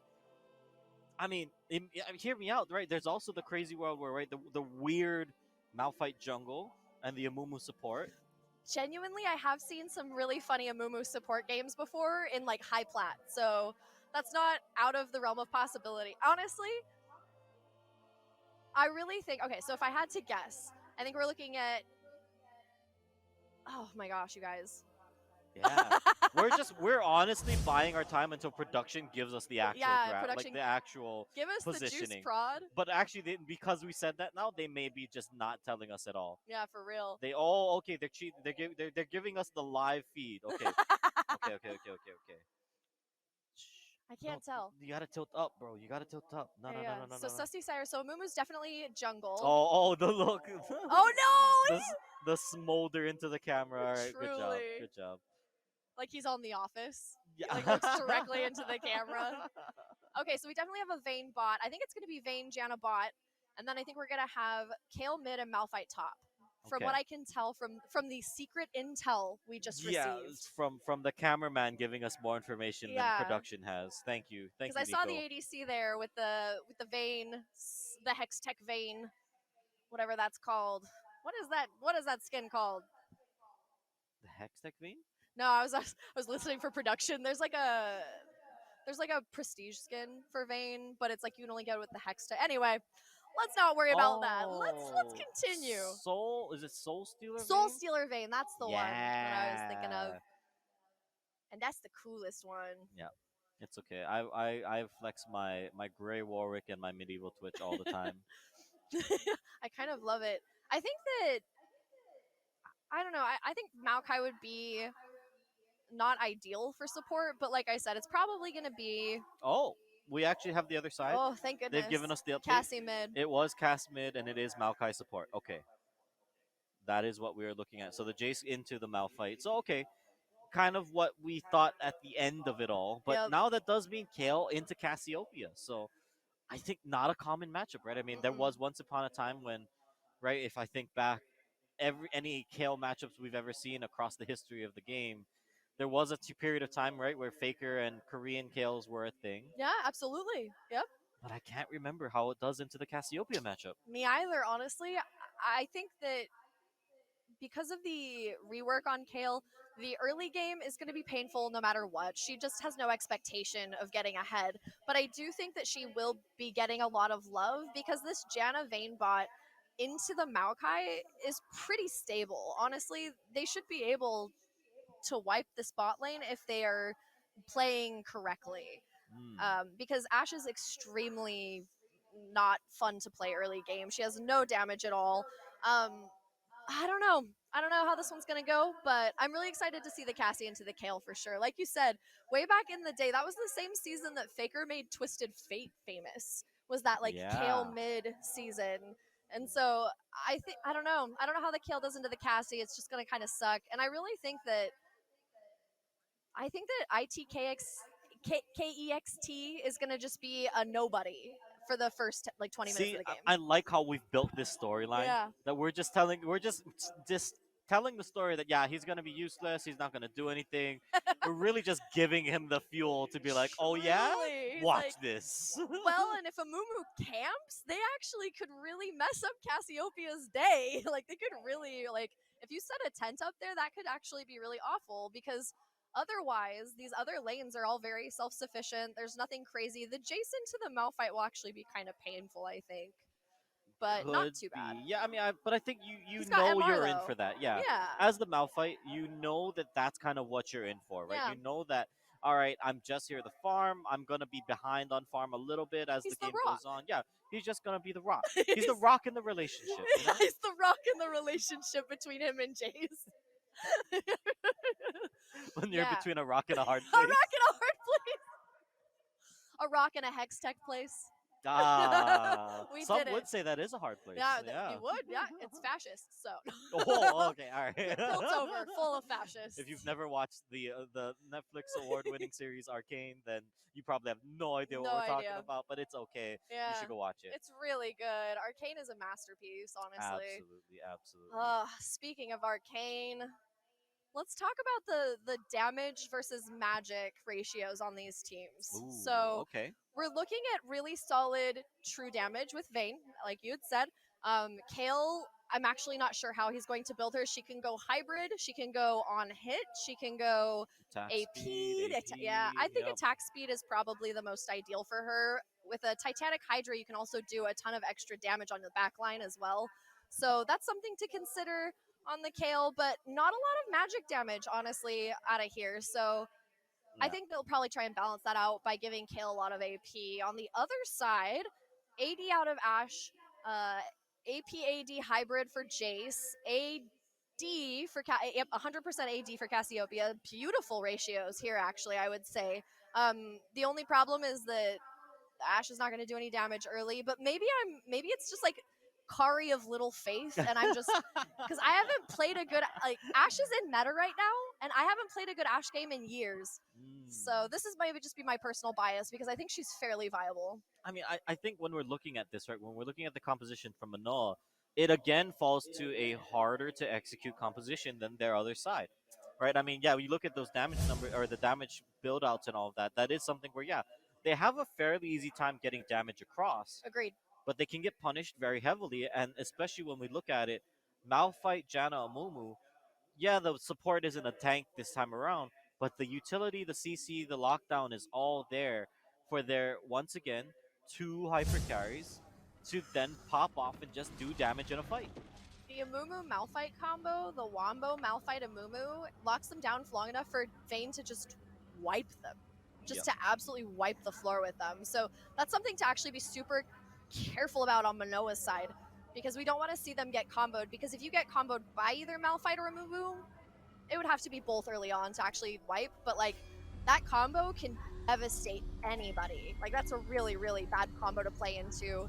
But again, West Oahu should be useless for the first 20 minutes of the game, but I don't know. I mean, the Vayne is really strong. If she gets ahead, she can roam and help the Kale. And if Vayne is independent, set up a tent in the mid lane for Kale. You can feed her like a baby bird. Good clarification there. Yeah. The pause after the West Oahu should be useless. And then I was there was about to be some people in the audience that would be like, excuse me? Ma'am, please? Like, that's the nature of their comp is really weird because they're like imbalanced because they've got such a heavy bot lane that looks really good. I also have a lot of bias towards Vayne as a champ though, because I just really love that champion. She's got like that tumble, she's got condemn, she's got everything as long as you know how to position. Yeah. So, and that's why I feel bad about, Manoa has a really impressive program, amazing hands. They showed us something amazing, but this is completely different. So not only is it confounding to me, but I'm sure West Oahu is also pretty confused about how they're going to play this one. And I don't even mean that in a degrading way. Like, I know Manoa has a plan here. It's just how will these pieces fit together? I want to see the Ashe in action, honestly. That's my biggest question. Yeah, I mean, I think that's really what we're going to see because, yeah, Vayne, right, with the passive, can chase you down very easily. Oh, yeah, she runs faster. Yeah, but in this scenario, if found in a bad spot, right, Atomic Shadow will 100% be able to just take her down, right? Slow it, just has to land a volley and that's it. And you're good. out. Yeah, Vayne into Ashe is not great for Vayne, but she just needs to get close enough to be able to kill you. Really tough to do that with a Maokai as well, so we just have to see how it goes. Also, Vayne has lower health as well, so that chip damage also actually is pretty significant. Although, I really think that Janna... What? Go ahead. Jace mid, Cassio top. Oh, they rotated. They've swapped. Yeah, so... I don't know about that one, but let's just see how it plays out. I want to see the items that everybody bought. So Malphite has a potion, and then we have AD over on... Oh no, we have attack speed on Zenvercole. So... Yeah, I mean, well, because it's interesting here, right? Because now they've allowed Cinnamon to buy a tier and just say, yep, go top, scale up as hard as, as quickly and as hard as you can up against the Malphite, knowing that it's an easier matchup on paper, right? And then in the mid lane, they're saying, yep, Zendraco now shut down the Kale. Make sure that, yeah, she is, for all intents and purposes, like we've been saying, absolutely useless in the early game. And then... They're a retreat comp. They're a retreat comp. So UHM is a kiting retreat comp. So if West Oahu tries to back off from any engagements, they won't get away. If you decide that the and West Oahu spent a ton of the last game retreating. So I think that this is actually a strategic adjustment because you can't, like, Cassiopeia's ult, if you're facing it, you get frozen for 3 seconds. If you've got her back to her, she slows you for 3 seconds, but that degrades over time. But then you've got the Crystalline Arrow on Ashe, you've got the Maokai ult as well. I mean, that's pretty nasty. Also, Jace layers a ton of damage down from a short distance and can actually destroy, like, one hit any sort of ADC. So that's kind of silly. Yeah, it definitely is. So let's see how kind It's of the kind of rest fun. of it. Yeah, I mean, let's see, right? Because yeah, they don't. I think it's very clear Manoa wants to be on the front end of the fight, right? Yeah. They want to be the ones to push in and push forward. But West Oahu again is in this scenario where they're not really worried. And look at the builds, right? Look at the 2 calls on the side of West Oahu. It says that yeah, we're not looking to confident. fight you. We're just gonna farm. Yep. We're going to support that KO. Like, I don't even... The Vayne doesn't need to pop off. Like I said, the Vayne can be 0-12. And as long as she gets 3 to 4 to 5 kills, she immediately can do whatever she needs to. It's just a matter of her getting the correct items. So you can see the farming's a little bit difficult for them as well because of the range of the Ashe. I'm starting to see why they picked the Ashe. Starting to see it, but that is some good damage, and they are able to start shoving the wave in. Early prio would be there if they feel like they need to get this bottom lane scuttle for the Amumu. We'll see how that kind of turns out, as the early clear right from Dylan Kira, he's able to full clear a lot faster than the Amumu. You know, knowing that he's cleared his entire jungle and the top scuttle before, you know, Sussy Cyrus has even had a chance to do his full clear.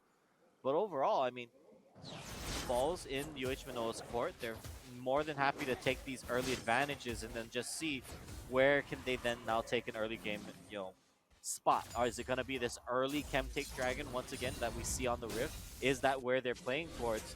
Even though knowing that as it stands right now, West Oahu is kind of pushing them in a little bit.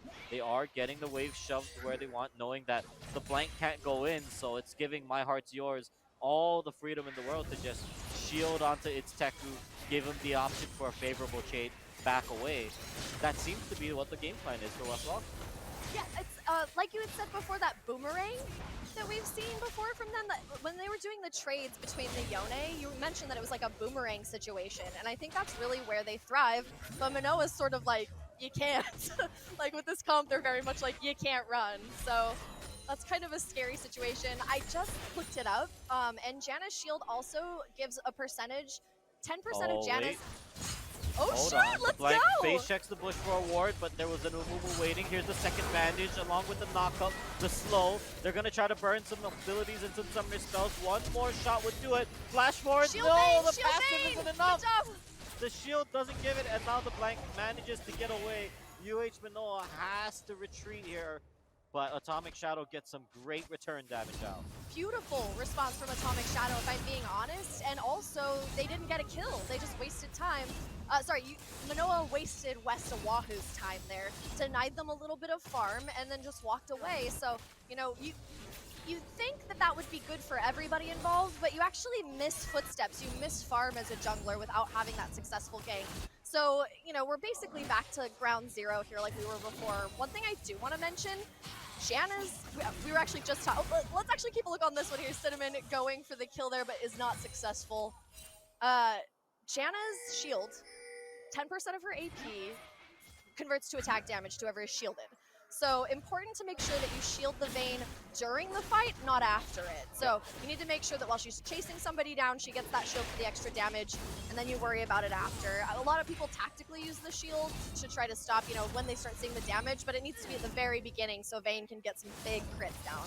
I mean, critically to think about, right? If the shield is on Vayne during that fight, that's a kill on the blank. Yep. Right? On, you know, that sliver of HP that the Maokai ends up getting away with, that could have been the difference had there been the Janna shield on top. That was the 10%.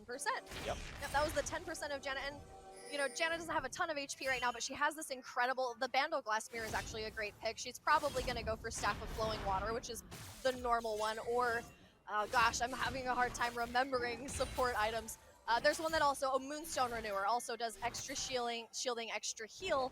I really, really think if UHM wants to have a much easier time than they did in the last game, they do need Grievous Wounds, whether that's an Oblivion Orb, Lord Dominic's Regards, any of those things will work, but that will be really, really important for especially Janna's Monsoon. Yeah. Just the ability to heal up that mid-fight, right? I think Annoying. that's always the thing that everyone kind of forgets about, right? Is that the Monsoon isn't just used to knock everybody to the side. It has that beautiful amount of healing that you can do mid-fight. And when we're looking at this type of composition, this type of, you know, opponent they're running into, yeah, there's not a heavy burst, right, that we're seeing. I mean, yes, Jace and Cassiopeia, but if you can survive that, the immediate amount or the immediate ability for my Archers to keep Kirk Hyper Carries alive is gonna be vital as the fights go on. Both of these teams really want to kite each other. They're really hoping the other one is going to try to run away because, try me, I suppose. Like, I'm really excited to see if we actually do get the Amumu Malphite combo. But, Zendrickle is on the retreat. Dylan Kira comes out with an actual crazy Wait a spider move! form. Goes away and actually dies there. Sussy Cyrus decides to get some revenge. Magic Crystalline Arrow barely misses Sussy Cyrus. That could have been game over for him there. But alas and alack, he does not get hit with that one. That was pretty cool. Yeah, that was a tight, first blood out of nowhere, and it ends up being a 1-for-1 damage onto the top. But let's see it real quick as Let's Trey go! gets Zendrickle low, but then not expecting Dylan Kira to be on his side of the jungle. But then it's all right because Sussy Cyrus cleans that up. He almost walks back into the arrow. That would have been the Elise kill for sure. But after all of that is said and done now, Dragon for the side of UH Manoa, unless some crazy Janna steal. Nope, yep. All right, red team grabs the dragon. We would have expected that. That is the cause and effect of what happened to our poor friend Kale here. It looks like Amumu is going to be on Kale duty for the remainder of this game as much as possible, but you never know. I mean, we've got a lot of really fun. Honestly, this is an ult game. Like, there's so many good game-changing ults in here. I mean, Ashes, the longer it travels, the longer it stuns for, so that leads for a lot of really fun and cool plays. Yeah, it really would, and from that range, Yeah. you're just stunned for days, right? It'll give Dylan Kira all the ability to do whatever he wanted to at that point. But all right, I mean, let's take a look at it because the gold, once again, we're seeing it. Yep. UH Manoa ahead by 1,000, but again, we expect them to be ahead by 1,000 gold at this point in the game. Spikeball. Yeah. Just because of their composition, right? Yeah. We expect them to be ahead.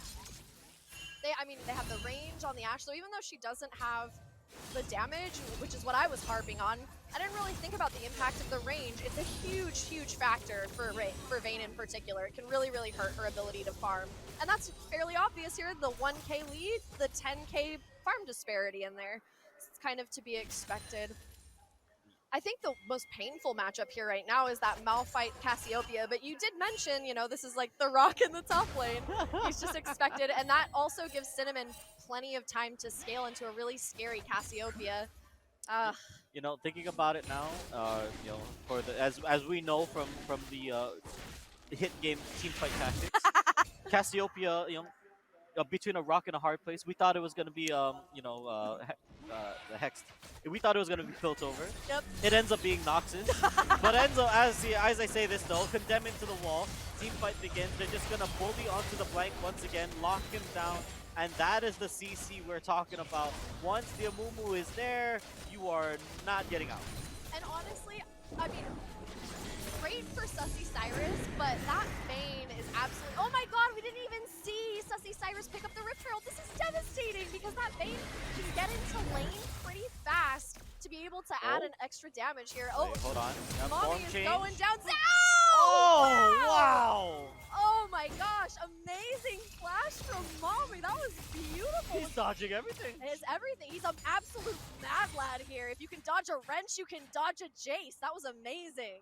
Yeah, I mean, and that's the only way you get out of that damage, by the way. You have to time the flash with the exact second Jace lands. Yep. Otherwise, you will then take the damage. So gets out of the range and manages to keep himself alive. And, I mean, you're fine with that. Yeah, that was really impressive. I mean, the reason we all went, is because there is that split second where you can get out of the animation and not actually take the damage. So, beautiful stuff coming out here. But Sussy Cyrus back on the bot lane again, trying to make something happen. But unfortunately, they've learned from the last gank. No more vision, or sorry, only vision in that tri-bush. So they actually can't get ganked now. They do manage to use the saplings, and I mean, just look at this vision control now on the bottom side for the side of UHM, right? Manoa has they have the Rift Traveler, they've got the the vision in both bushes, so they're trying to make sure that we don't want that to happen again. Don't give the Vayne any opportunities to start pulling ahead. But, both kills are on Sussy Cyrus, right? Both kills are on the Amumu. So, the Jackstro is there. So he's going to have a little bit of that damage as the tank for now. But He's AP Amumu as well. I don't know if you... Let's take a look. Oh, wait, no, maybe not. Wait, yep. Yeah, he's got Ionian Boots of Lucidity, and then... Vampiric Embrace? I think that's what it's called. Anyway, this is AP Amumu, so he's going to do some damage, like capital D damage. And even though I think the Vayne, not deserve, but it would have been better on the Vayne. Well, actually, it wouldn't. At this point in the game, Vayne doesn't need to farm Ashe or anything like that, but this Amumu can do a ton of damage. Let's see how this one goes, a 3v3. Yeah, fight down bottom, and Tech will have to flash out, but the ult tumble means he gets out of there. Meanwhile, on the left side, Cinnamon stuns up onto 2. The Malphite TP's in, but they don't get any more damage across. Amumu's on the way! Wants to get out, but yeah, the ult didn't keep him alive long enough, and it's a big team fight win for Manoa. Great pick, a great gank over here. Dylan Kira, he's an artist. This is a really great jungler who really makes some solid engages, and we just saw that there. This is honestly like the battle for the jungle at the moment. Absolutely. I mean, Dylan Kira, and they find that fight off of what they thought was going to be an engage, right? Let's take a look at this here. My Heart's Yours, there to back up Trey, who was the first one to roam, but the Vayne's out of the fight. Yep, and then we see the Malphite ult go off on... Oh, Dylan Kira actually almost falls here, but then walks away with nothing. I think that was a great Malphite ult, the best use you could possibly do. It did allow Vayne and Janna to get away, but still... Or sorry, just Vayne to get away, but it's still a rough one. Not a great engage. Not the greatest, but now Dragon is up. My Heart's Yours, or Mommy and Her will not have the teleport available for this fight. So if this were to break out, this would be a 3-on-3 or a 4-on-4. Zendrako, though, can TP. Oh, he has TP open, yep. So that's pretty dangerous, but let's see how quickly West Oahu, if they decide at all, there's a lot of wasted time here. They either could be farming, like you need to commit to it because they're missing waves, they're missing farm. Now they have doubled their losses. They didn't get the dragon and they're not even in lane to get XP or farm. So, stuff like that. I try to calculate it in footsteps, like wasted footsteps, because if you're making every single footstep purposeful and to lead to a goal, which both junglers are amazing at, but unfortunately that was just a bit of a flop for West Oahu, who's already a bit on the back foot, so... See how it plays out. I mean, they thought about it, but that hesitation definitely there. But this is where it starts to hurt. Cinnamon now has the time to scale up, right? Fully stacked on the tier, but more so just ready to go with the damage, with the Cassiopeia damage. And it's honestly going to be a rough time because Trey needs to start getting these levels, but I mean, time is going. Oh, that's a lot of damage. Oh!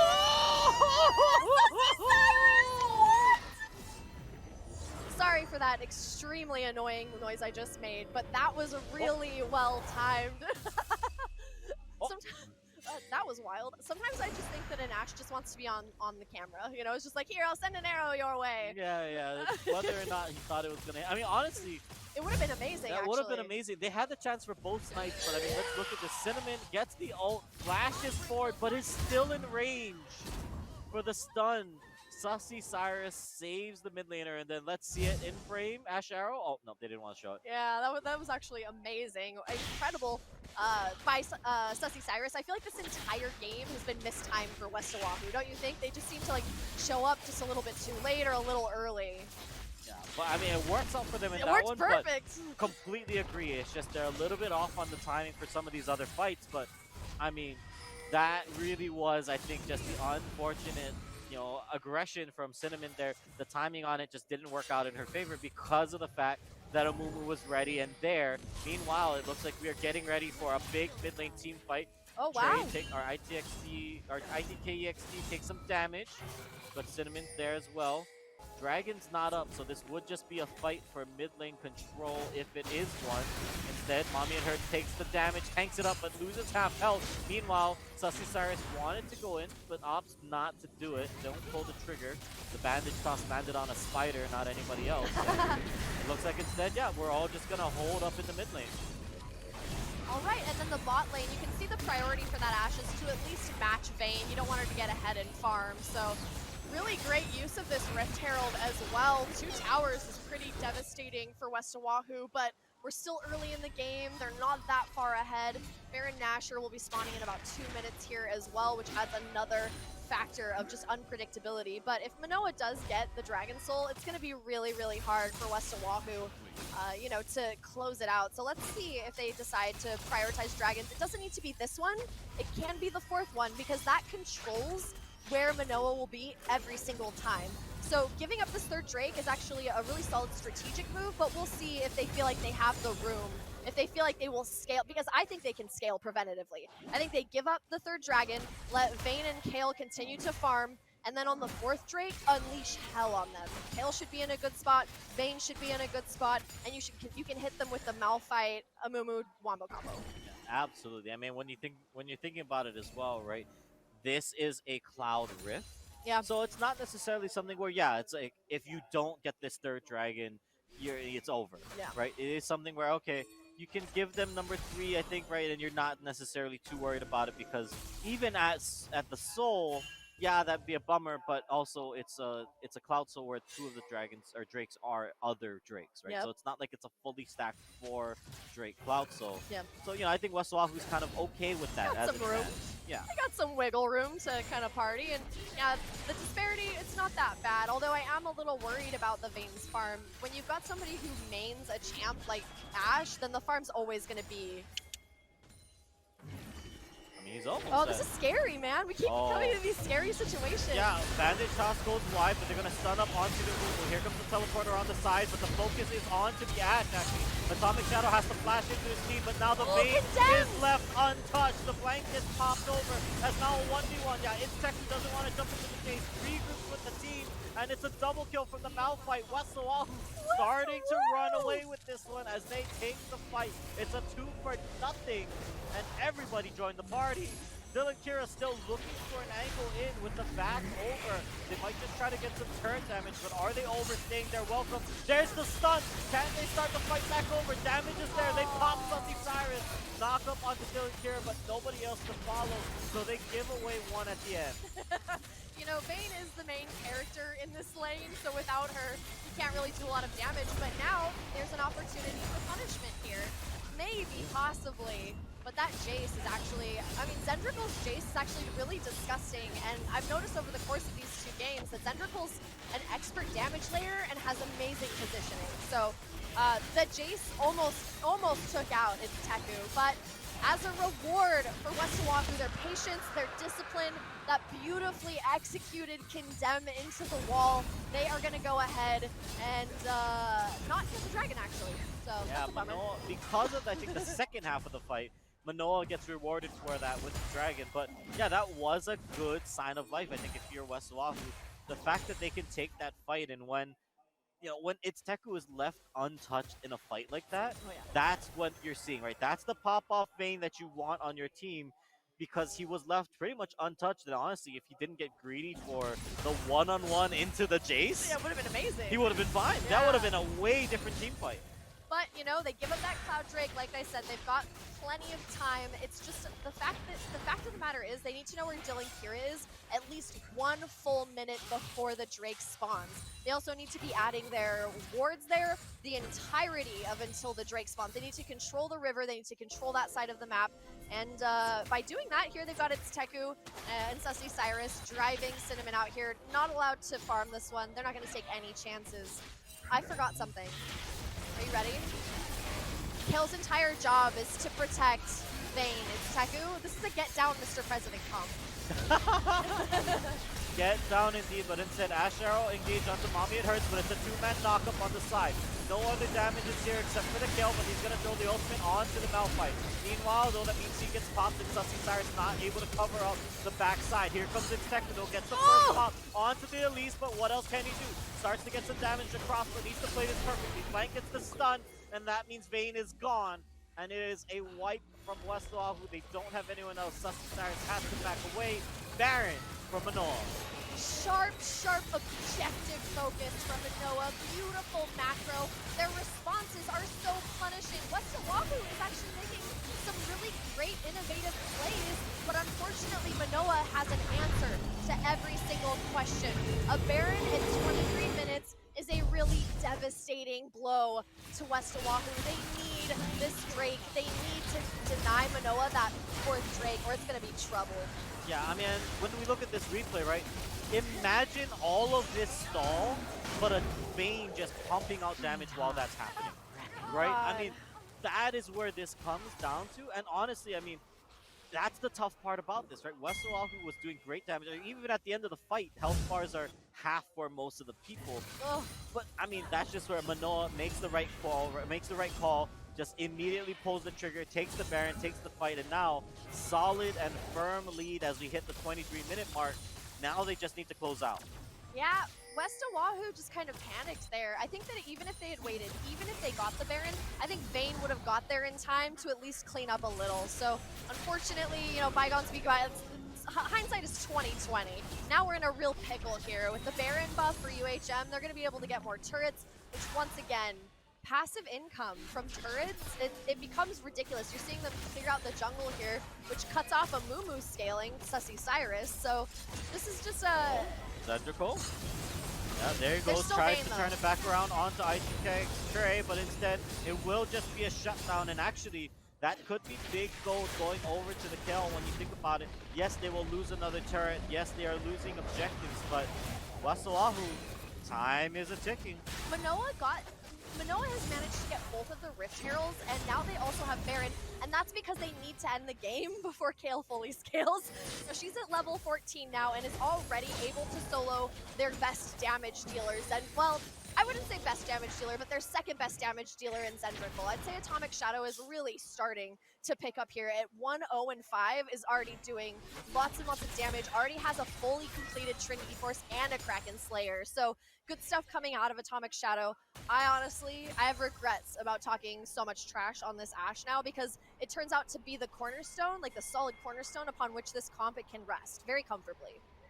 Absolutely, and what, 40 seconds to go. Ultimates all available pretty much, so let's see what ends up being that, because, you know, I think you're exactly right, and Atomic Shadow hasn't been in a position where he's been kind of worried about positioning, right? We look at that, maybe that only the one fight where he had to flash out and back away early, but ever since then, it's been a pretty straightforward front-to-back composition, both sides, and Ashara will not find the pick there. That would have been the guaranteed Dragon Soul. But now they might have to fight for it.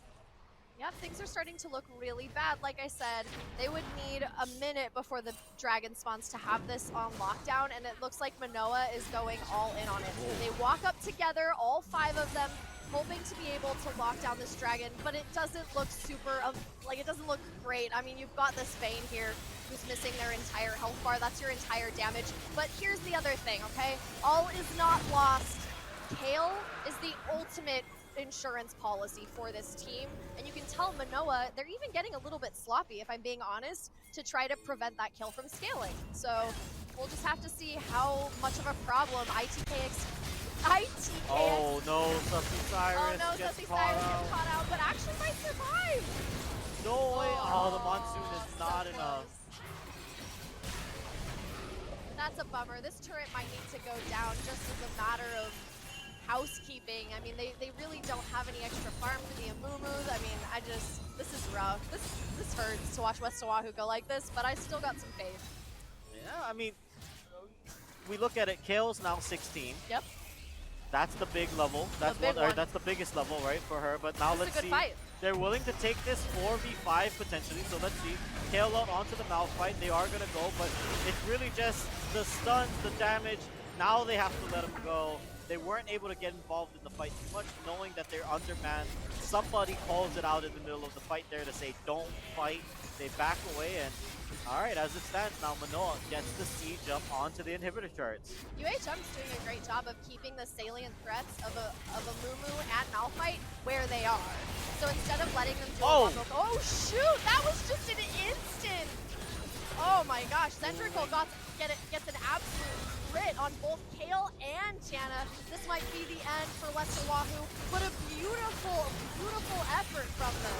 Hey, hold on, keep your eyes on it. Teku, he's the one that would save it, but no, Zendrickle shuts it down, and that just might be it. The nail in the coffin. UH Manoa will be your League of Legends champions here at the Comic Con Honolulu 2023 Esports Esports Invitational. Amazing work.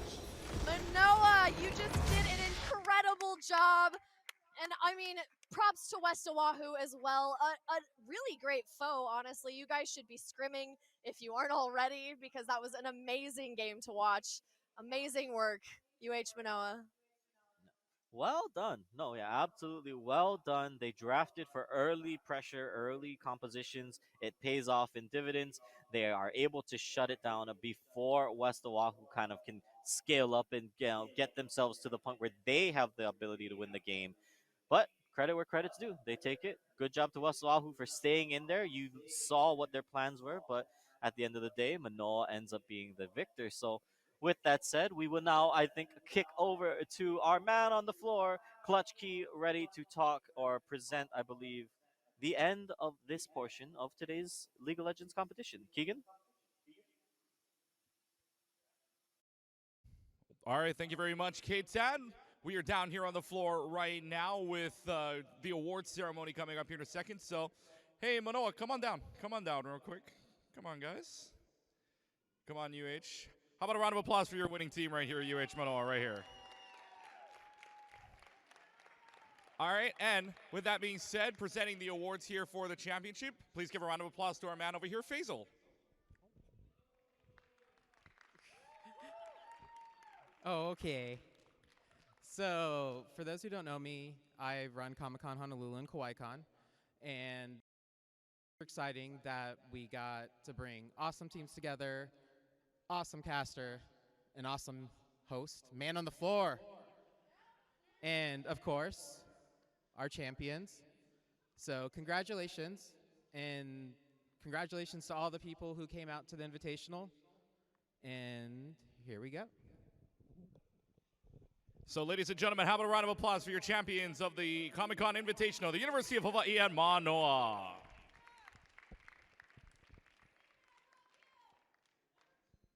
Got some fans in the crowd over here.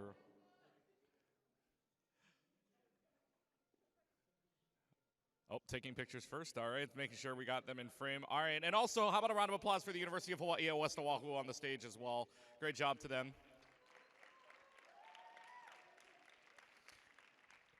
All right, that being said, that will do it for the League of Legends portion for this event. However, one more game left to go. Valorant on the other side coming up in a couple of moments, so they'll get set up. Valorant sets up, again, best 2 out of 3, but this time it's high school versus college. University of Hawaii and Manoa taking on Iolani. Don't want to miss that. Valorant comes up next. We'll take a short break. We will be right back.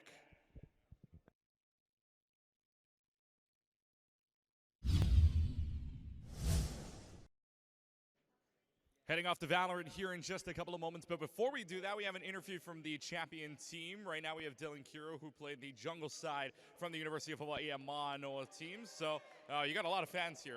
How do you feel about all the fans that are in the crowd right now? I don't know, I have no words. Speechless even. Speechless. But anyways, so winning the tournament here now, I gotta point out here for those that do not know if they're the University of Hawaii in the scene, is at least kind of your main here, because I mean both games there, or was it kind of just for fun? So my primary role is mid lane. I'm just filling in as jungle for this team. But for jungle, I play Jarvan and Elise mainly. So if they did ban those 2 champions, I was in a bit of a rut. So I'm happy that they didn't ban it my second game, but yeah. And then I do have to ask, first game-wise, I know that one of the different bans that you guys had was that Vel'Koz. I mean, how annoying was that to you guys in the very first game?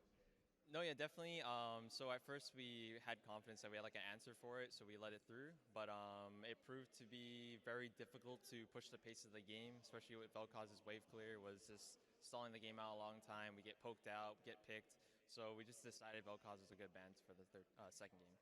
Now, you guys are coming up on another semester here for UH coming up in a little while. Is this going to be the team, or do you think, or is there going to be like a different iteration of the team, for the varsity team at the very least? Oh, no, I think the varsity team's going to have an entirely different roster. Actually, a lot of the players were like comprised from a previous semester JV team and mix of like varsity coaches, staff, like all that stuff. So it's not really like a solid UH team. We just put together something for the tournament. And how confident are you guys right now going into this coming fall semester as to how your progress is going to go inside of the collegiate season?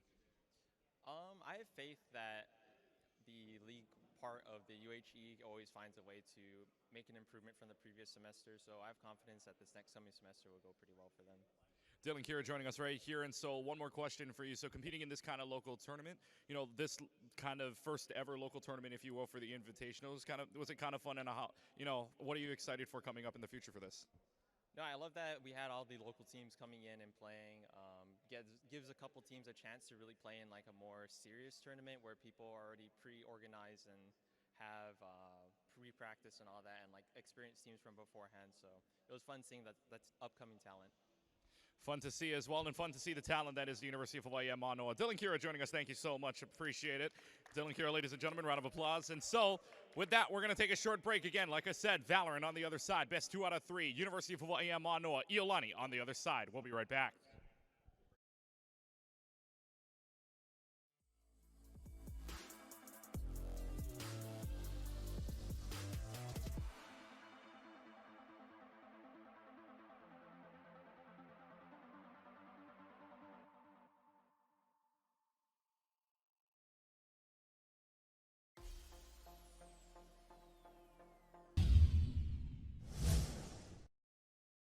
Outside, but inside and cooling down as we get set for the Valorant finals here at Comic Con Honolulu 2023.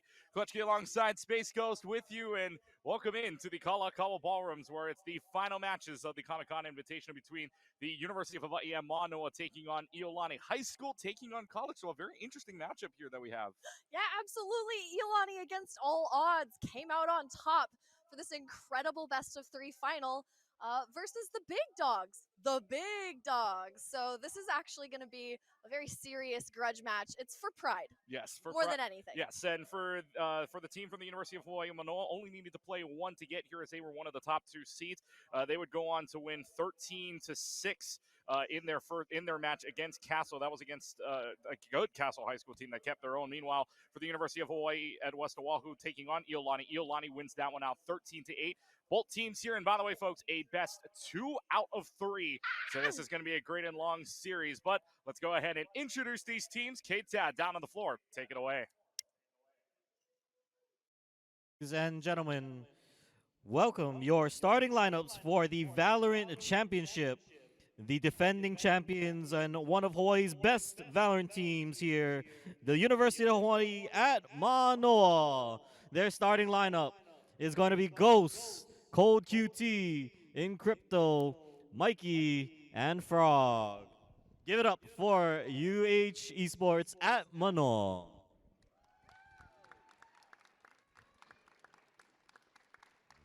All right, and their challengers, the young high school team that wants to make their name in history here. It is Iolani Esports from their starting lineup. Shaquille Oatmeal, Immortal, Corey, Dark, and Ghost. Give it up for Iolani High School. Oh, you don't want to do that? All right. All right, guys. Teams, you can go back. 1 representative from each side. Stay here with me. We'll do a quick little interview, I guess. All right. They left you to do it. So anything you want to say to your opponents here, the high school team that would like to make their name right by taking you guys down, a big deal if they beat you, anything you want to say to your opponents? Good luck. Have a nice ride home on the school bus. Be quiet. Oh, okay, all right. Well, hopefully, you know, he's all right. That's a little fire. All right, what do you want to say in response to that? I'm gonna be the bigger person here. I'm just gonna say good luck, have fun. You know, nothing but respect for you guys. We were playing Putt Party for warm up, and we were promised Panda Express, so we're ready. All right, are you guys paying for the Panda Express if they win? Negative. All right. Well, okay. Shake hands. Good luck, and GG. Good luck. All right, casters, back to you. Send you home on a school bus. Holy sh! Yeah. Oh, sorry, guys. I was just admiring the trash talk there. That was truly incredible. I was Gonna need some aloe for that burn. Yes. Well, I guess the room can agree right now that the University of Hawaii Manoa team looking a little bit like the villains right now. Iolani having to climb up a hill as the CECC guys, if you know the collegiate scene where the Collegiate Esports Commissioners Cup, University of Hawaii Manoa competing in that and doing fairly well, top 4 inside of the Valorant scene. On the West region, so this team is very well practiced. Meanwhile, Iolani, an up-and-coming team, lots of practice to that as well, so we will see how they fare out. Maps are also been picked pre-match, so out of the 3 maps here, you can see on the screen right now, Fracture will be map number 1, where the University of Hawaii attacks. Last 2 maps, if we go to map number 3, both will be Iolani attacking side first, and it'll be Ascent and Haven, but Fracture, I'm very surprised, is going to go first. Yeah, and I mean, UH Manoa seems to, I mean, it depends on what kind of maps you've been scrimming with, right? So I assume that Fracture's got, they must have something in their pocket, right? Yeah, Fracture is one of those maps you either really like or you really hate. I will tell you that. It's not like, you know, I mean, you do a lot of League of Legends, but in this case here, sometimes you like the rest, sometimes you don't. It just depends on the game. This one is like, it's map-based, really. You either love it or you hate it at this point. But anyways, Iolani doing what they did to start yesterday. They are showing all Yorus. We do not know what they're going to pick until it is thrown out and about for UH Manoa. However, Frog is already going to go on to what looks to be the KO start here. So it will be the initiator at the very least. We'll see if they pull out double initiator. Usually it's either the double initiator, double controller, or the double duelist here on Fracture. We'll find out what it is. And looks like actually they're going to lock that in already. So it's going to be the double initiator setup from Encrypto, who goes on to the breach. And now, again, Iolani just not showing us anything. Not showing their hand. They are holding their cards until it is the last second. Yeah, they are a bunch of, I mean this in the nicest way possible. They are a bunch of silly geese. So they're definitely being silly over here. But I really actually enjoy like watching, because we can see Iolani's screens from here, and they literally have the most fun. They like go off the rails. They're clearly having a good time. Whereas it looks like Manoa is like treating this like a professional operation, a professional hit to take out these high school kids. Could you imagine the pain of losing to a high school kid? Oh boy! I mean, if you're the college guys right now with a lot of targets on your back, it gets a little bit interesting. It's to find out what notes we're gonna have after the game. Yeah, I'm really excited to see how this one goes, especially because, I mean, Iolani was actually insane when they like climbed all the way up the ladder here to make it here in the first place. I mean, they have earned their spot, and they're ready to try to make, I think they're ready to make Manoa feel some pain, because thus far they have been basically unchallenged. Yeah, thus far basically unchallenged. You saw the 13-6 earlier on. Again, their only game that we had so far was against that Iolani 2 team, or rather, excuse me, against Castle, I should say. So Castle was their only matchup that they had. That's the only chance we had to look at them here. But if you know this University of Hawaii team at any point, it's going to be quite the challenge here for the Raiders of Iolani as we get set here. Fracture, for those that don't know, a lot of maps will have, if it's going to be split up like this down the middle, you'll see a lot of empty space here, and that's exactly living up to the name Fracture, where the only mid area that you have, well, it belongs to the defending team. So otherwise, it's either going to be a split push or an all-in push from the team that is attacking. We'll find out what starts us off here. As for the Iolani squad, they're going to try to defend this off from B, and it's going to be a full-on rush to the University of Hawaii Manoa, as already a lot of people falling low. Immortal's able to find 2 in the back line, though, with the Ghost. Both QT is able to clear that out right away. 3v3 man situation, like in the defending side as of right now. Whether it's going to be a plan down here for UH Manoa, go towards the B site. As the fight continues on, as Ron and Corey both getting their kills. On each other, 1v2 situation, and it's going to be the breach versus all, but Coach QT ends that hope. A quick fight here, but it's UHM up 1-0. Oh my gosh, the action was actually very overwhelming. Everybody went for it as quickly as possible, knocked out the first 3, and then it ended up at the final 2. I think these rounds are going to be banger. Generally in Valorant, we see them test each other's mettle. It's a little bit messy for the first few rounds, and then we start to see more salient strategy set in. So for the moment, expect some blood, expect some, we call it limit testing. Expect some limit testing of each other just to see how fast we are, see if we've got the actual mechanical skills to stand up to the University of Hawaii Manoa. Because so far they've been very quick with it, and Manoa's going to say, let's go even faster. They're already in from Sands. They're going gonna go in from CT spawn. However, Iolani trying to keep them out for right now. Trying to keep them at bay. Cold QT. Oh, in the smoke. It's a smoke battle. Who's gonna win it out? Trying to find it. And out of the smoke. Pulls out the gun. It's Cold QT winning it all in. A little bit of an excessive celebration. I believe in KJ supremacy. I'm not gonna lie. That was actually really And beautiful. you and I were talking about this word. Bloodthirsty. Bloodthirsty KJs. Looks like we're in for another bloodthirsty KJ. Well done, University of Hawaii Manoa. You are looking very fresh, very clean, beautiful round. Honestly, I don't think you're gonna have a cleaner round than that second one we just saw. They didn't need to either. They were so quick on it, getting to that point where they're already inside of CT spawn. So they're very quick with it. However, Iolani needing to counter this out, and otherwise a very important round here for Iolani, because you can take a look at the credits right now. They are in shambles unless they win this round. Yeah, it's especially critical right now that they actually get the dub here, because then the next econ round will be really complicated. So want to keep it nice and fresh here. Looks like Manoa is going for point A here. Looks like A is going to be the call here. They put down the sky smoke just in time. A lot of health being lost by the rays of Dark. Oh no, they're getting pinched Now, in there. Oh boy, so it's going to be a pinch mechanic. Like you said, Cold QT with the Bulldogs able to find one, at the very least. Fragment gets thrown out right here to Shaquille O'Neal's feet, and that's going to force him out of the smoke and into the hands of Encrypto to find the gun. It is a Cypher v all, but the Cypher, however, has an Odin. Keep on shooting, but it's not going to last much longer. One Odin kill denies the flawless, but it's still 3-0 in favor of the team out of Manoa. Oh, Manoa looking gorgeous once again. This is a warm-up, you know, the first, what, 5 rounds warm-up game.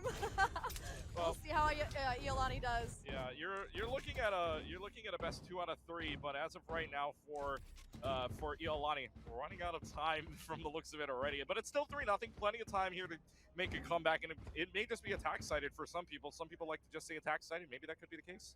Yeah, absolutely, it could be the case. I mean, Manoa picked this map for a reason. I mean, this really incredible pickoff ability here, where they just search and destroy is incredible. Oh, Mikey finds 2 on the attacking side, so the satchel goes nowhere for the Rays. So Dark caught out. That's going to be a free push in for UH yet again. And they're going to start planning already under 15 seconds that the round has started. So 1 minute and 22 seconds left. They already have this planted out on A. Third straight time they've gone to A. They've been successful the last 2. Can they be successful yet again? It's going to be a kill from long range. Frog right there and takes out another one. Mikey's able to get the third. The paint shells cleans up house though. Ooh, Mikey's able to find 4. What a paint shell throw that was from downtown, and that's able to get them their 4th point. Manoa absolutely stunting on Iolani, but they're doing the best that they can. They lasted a little bit longer in rounds fast on that one, so we're making some subtle improvements, but I can now see why Manoa picked this map. They have it on lockdown. The strategy is very, very good. The fan out that they do is just 10 out of 10. They know exactly which spots to watch. Yeah, so you're loving the positioning here. You're loving the rush as well that they're doing. They're confident enough, and of course, to be confident as one of the top teams collegiately in the nation. So you're loving the aspect of the rush here, as they're just going to satchel in. Showstopper's going to get pulled out. Is this going to find anything? No, it hits the boxes before it can even get into tower. So not much doing on that Showstopper. Ult gone. Opportunity for Iolani, but it is a 5v5, making a 5v4 through the smoke. Comes Shaquille O'Neal. You love to see that through the smoke. Carries out, but the plan's already there. It's going to be a 5v4 now, making a 4v4. Nice!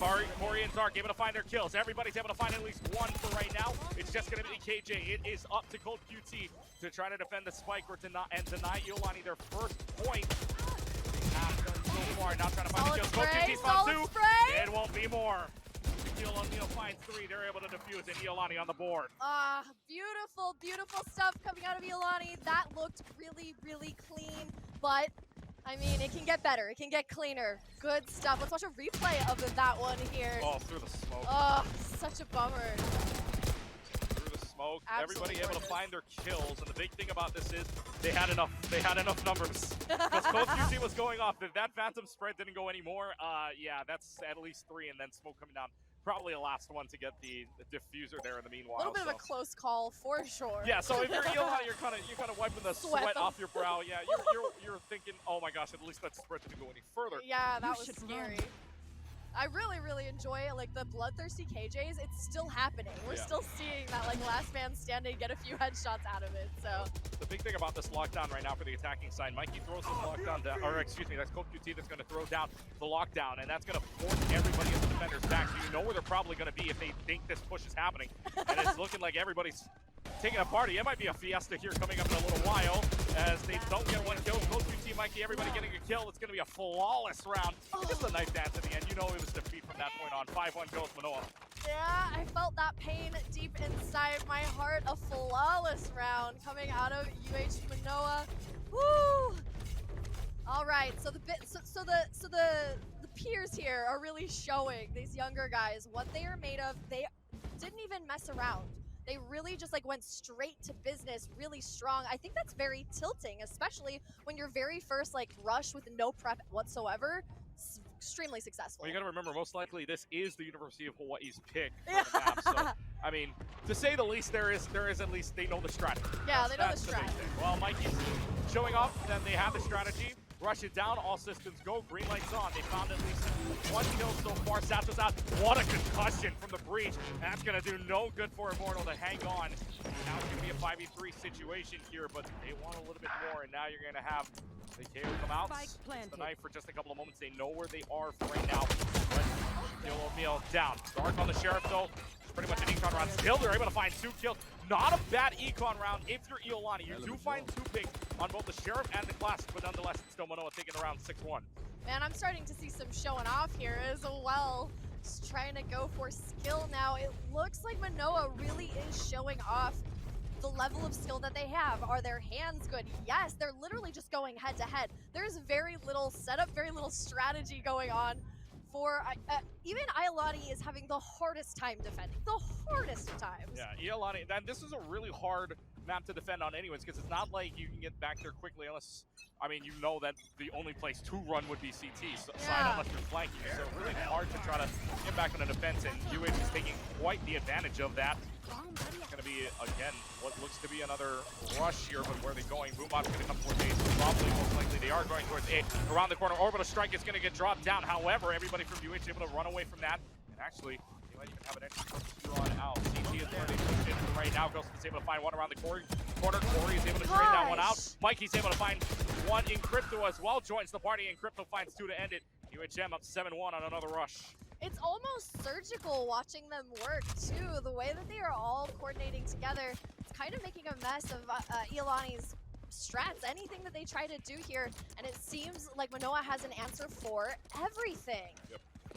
5 out of the 8 rounds so far, they've gone towards A, and all 5 times successful here. So for UH, A is probably a strat, but then again, I mean, they've gone the other 3 times to B.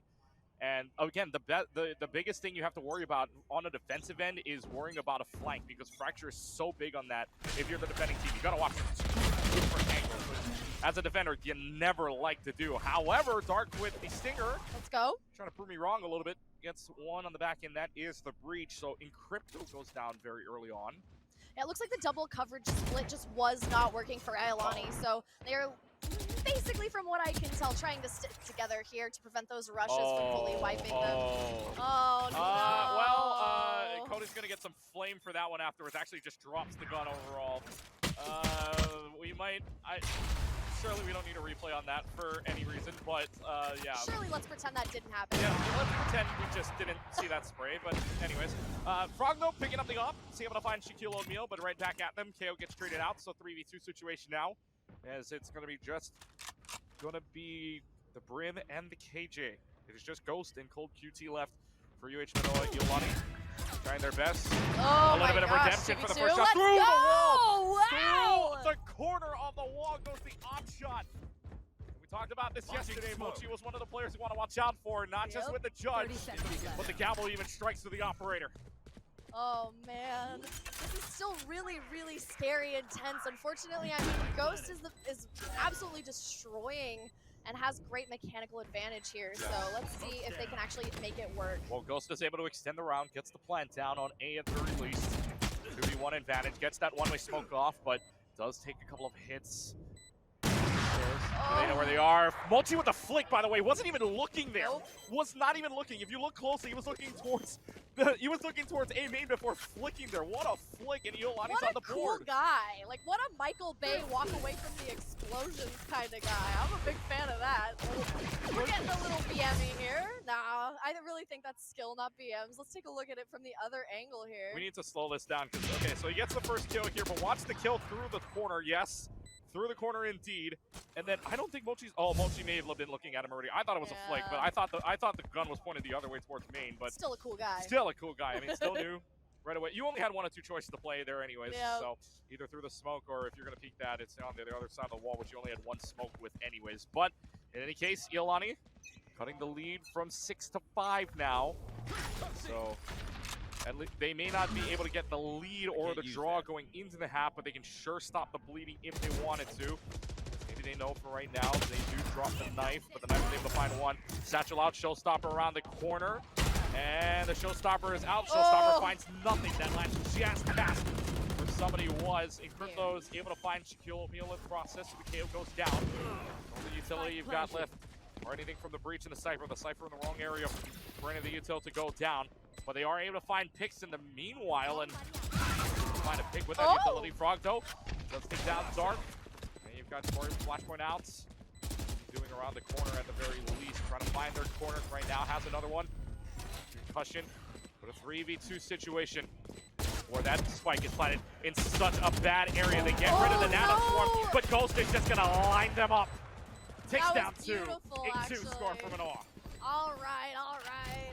Manoa's starting to play with their food a little bit, but I really think Iolani is going to make a solid comeback. I mean, come on, I want to curse this one. I want to see some real serious action. They're just starting to get warmed up. There's no serious full strat because it seems like they're only ever responding to Manoa. I mean, obviously that's the game, but Ooh, the lineup. they never fully seem to have control of either point, no matter what they do. It's just probably most because the Manoa team is just putting on too much pressure. They really are, and it's so immediate. Yeah, it's immediate. It's a rush. So for Iolani, you have to think you either throw out the util early and hope that they're using as much util as you, or you're not going to get anything here. Around the corner comes the Satcho. Hello, Mikey. Hello. Showstopper in the background from Dark does get at least one, but the Satchel around the corner gets 2. And That Mikey was some beautiful sneaky stuff now, and it. Oh no, boys! Well, they know for right now. Throws the main shows out of desperation to find a kill. Mikey's found 2 on the lineup. Mikey, just gorgeous, absolutely beautiful, and starting to get really clean here. Last round before swap.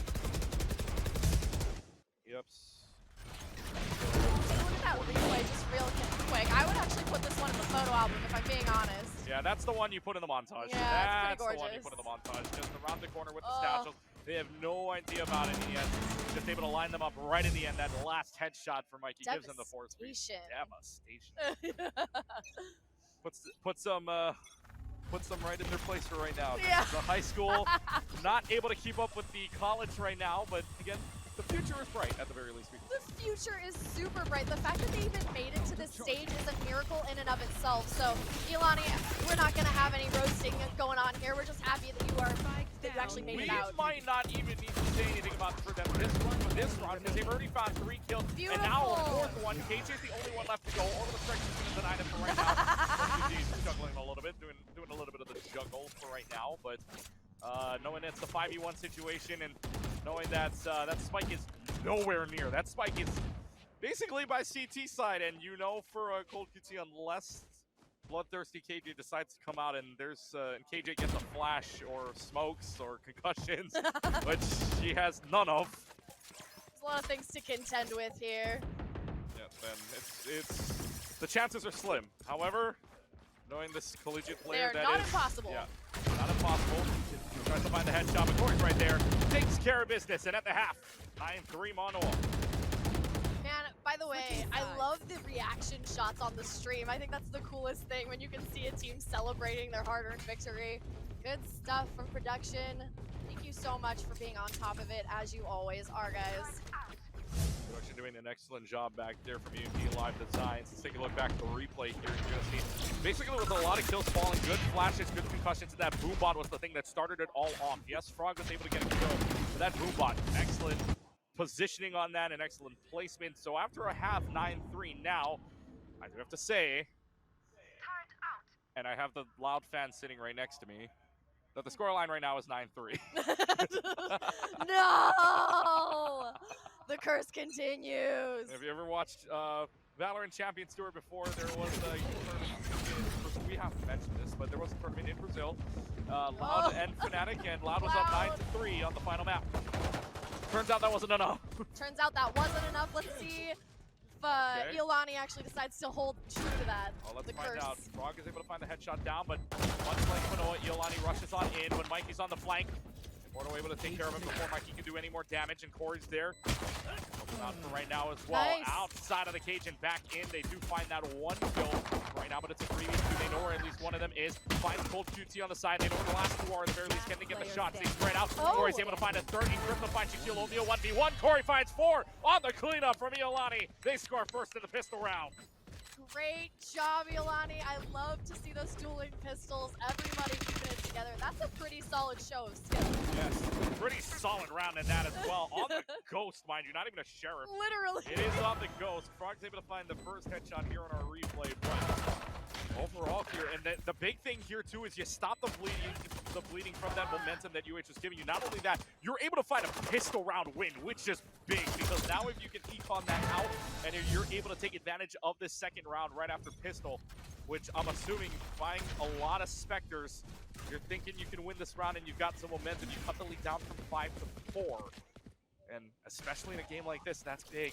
Feels good, man. Could be the actual curse coming into effect here. I mean, the pistol round's kind of like trying to eat each other with a spoon or something. Like, it's very, but they made it look good. Good concussion, good flash for right now. Keeps him at bay. 5v5 though, something's planning for right now, but nothing's there. Crypto though is able to find one, but that trades down. Dark and Immortal find 3 of their own.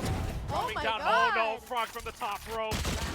From the top rope, WWE style, but Shaquille O'Neal able to stop Frog in their track. Frog is planted onto B. It doesn't matter. Iolani on the bonus round, able to score 2. But if you're Hawaii, you would take that. You would take 3 kills on an econ round. Not too bad, but Iolani cutting the lead down to 4. All right, so it's starting to feel a little bit better on the side of Iolani. Let's see what they have, if they can test their mettle here, but I mean, Curse is starting to take effect here. I can feel it settling down on us. Well, you got to remember last game that Hawaii played, the University of Hawaii played, they played against Castle. 13-6 was the scoreline, so very much still in the realm of possibilities, but the way Iolani wants to play this, they said they were going to, their representative said they were going to take the high road. Well, find out if that high road leads them to a victory, but 3 kills here was the biggest thing for University of Hawaii because they're able to make sure that Iolani's econ in shambles here for this next round, which means for University of Hawaii, they could buy full guns and take rightful advantage of that, which they do right away. Mikey's able to find a second, but Mochi's still with the Bulldog. Mochi, one of the ones that stayed alive during that second round, is able to stay in the Bulldog, is able to find a headshot, bonusing out what they've got. But it's just a slow push here, and now looks like it's going to be planned right out of the smoke, though. Frog's able to find one. Can you find a little bit more? It's flashed out. What a flash there from the breach of Encrypto. And it's Cypher versus the world. Immortal's the last one standing, but Immortal's able to find one. Good news for right now. Just find a little bit more. Just buzzed for a little while. Trying for the knife. Gets a little greedy. Encrypto goes down, but Frog's able to take care of business. 10-5 Hawaii. All right, Reflex is not quite as fast as one would hope, but it's starting to heat up here. We are now 5-10 on the scoreline. This is pretty scary. I mean, there's only 3 chances, 2 if they lose twice in a row, so... And overall here on the replay, saw Mikey getting 2 there. Big thing, again, this is going to be pretty much the game of first pick from the looks of it. Whoever gets first pick tends to be the one in control in this game. But sometimes even that second kill could very well be it. But still, in the end, Iolani not able to find second or third kills in the process. But for UH, playing strategy-wise for defensively, pretty good. For Iolani, though, if you want to play similarly to Manoa, now would be the time to try to put all systems go into action, as you've already dropped the Stiff Beacon. For right now, Boombot can pretty much be activated as well. There's a Nanoswarm that's going to cover the entirety of A main, denying them space for right now. Showstopper's going to be used by Mikey from behind. Nothing doing, but Mikey and Frog both picking up kills here. 3 total Cold QT on the way as well. Again, Cypher versus the world. Oh, absolute devastation. That was actually really clean and really beautiful, but now we just have to find this one last mouse. Okay, well, you know where one is, but the health bar low. And Ghost just says, all right, I'll take care of the rest, I guess. And Immortal goes down, and 11-5. UH's lead back to the 6. Not with a bang, but with a whimper. That is too bad to watch him go that way. We are now just a little bit away from match point, getting kind of nervous, getting kind of scary, but I'm happy to see that Iolani has not given up. They are very clearly trying to grind this one out. Yeah, Iolani trying to do their best here, and now the decision kind of has to be here. Do you econ or do you buy full? And obviously right now, the best call here is to try to either half buy or kind of just econ in general here, and that's the desperation mode of it. But for UH right now, they're at 11-5, they're up 6, but you'd have to give up this point because the econ just barely anything yeah, right it's now. literally nothing. I mean, you can try to make a miracle happen, but Miracles don't happen every day, unfortunately. yeah, it's true. That wouldn't make a miracles, huh? Yeah. If miracles happened all the time, we'd be living in a different world. But anyways, Utopia would be the name of everything we live in. 11-5. And now it's going to be the push in here for Iolani, but Mikey and Crypto, again, it's an econ round. You expect the 2 kills to fall already. Crypto there just to push up, and now the spike is down in A main. Not a good position for it to be, especially when it's defenders that have the advantage. Shaquille O'Neal finds 2 on the Sheriff. Oh, wow. Okay. With 5 health and basically 3. And the Sheriff on the back line, 2 Immortals able to find one. They've even upped the man advantage in 2 apiece. This is great news. If you're Iolani, yes, your econ was in shambles, but now you can try to pick up a gun if you wanted to here. And especially by that gun, Immortals able to find one. Do they win this on a thrifty round? Oh this my is gosh. This would be, they'd be able to. They have the gun pick up. 5 health, no. Cold Shoes able to find one through the wall. Left. So now it's a 1v1. KJ versus the Cypher. That's 2 Sentinels going at each other. Is it bloodthirsty Cypher or bloodthirsty KJ? The health bars on either side, not 100. We can say for that much. As 15 seconds left to go on the clock. Right 10 now, seconds left. Immortal going to have to make a decision here. And Immortal right now, not a lot of time to plan either. I don't think will plan, probably saving at this point, and will save and will do so. And we will say Cold QT not anywhere in the vicinity anyways, but not a bad econ round if you are Iolani. You take down 4, especially with 2 from Immortal and 2 as well from the back line. So huge plays for them to keep them up here, but it's going to be an interesting play as we take the time out here for Iolani. This is an imperative time for them to take that time out, make sure that they can hammer down whatever strategy they think they've figured out here. So just give them a nice minute to have a little chit-chat. Have a little chit-chat, and yeah, so last round it would have been I believe it would have been Shaquille O'Neal, so the KO and basically the breach of, and the Cypher of Immortal, just getting those 4 kills, huge for them. So now the question is, what do you do here in this timeout? UH now has 7 match point opportunities, and that's a tall ask. That is a tall mountain to climb. I mean, what do you say in this situation? I'm in high school and I have unlimited neurotic energy to make this happen. Like, I mean, if you think about how many hours a day they probably have to be able to play the game, they just need to summon that fire from inside of them, and maybe they can make something happen. I believe, but it's a tall order, you're right. Who else believes in Iolani in here? Clap your hands. Who else believes in Iolani making the comeback? There it is. Let's go, guys! We love an underdog on this desk as well. Yes, we love the underdog story. Everybody does. 12-5, University of Hawaii with 7 match point opportunities here. Also want to say good crown on hand here for game number 1. Game number 2 coming up following this, of course. Best 2 out of 3 in both the League and the Valorant matches done with the League. Early on, University of Hawaii was able to defeat University of Hawaii West Oahu. So in 2 out of the 3 matches there. Mikey's able to find the first kill onto Shaquille O'Neal here in game number 1. So that's a start here for Manoa, but Iolani makes something happen right now. Immortal's waiting for them on the rope. Immortal's falls too. Can you find another one? No, the sprint's just a little bit too much. Could not flick there. But Immortal waiting for them. Had the good instincts to wait there for the rope and finds 2, evens up the man advantage at 3 apiece. That could be game-changing or round-changing at this point. Rolling Thunder's going to be used from the breach here, so Ori down the Rolling Thunder for right now. Doesn't look like the Rolling Thunder's found anything, so the question is, where does Iolani want to push in this case? Raiders needing to keep this clean for 7 straight rounds. Oh my gosh. They will plant, and it will be on B that they do cleanse. So the time starts. Showstopper is going to be pulled out from the race, which does some damage. Multi's found them, but no, CoQT's able to flip them back on its head. And now Ghost is there. It's going to have to be the breach to save the game. For Iolani right now, finds the breach. CoQT is able to clean up.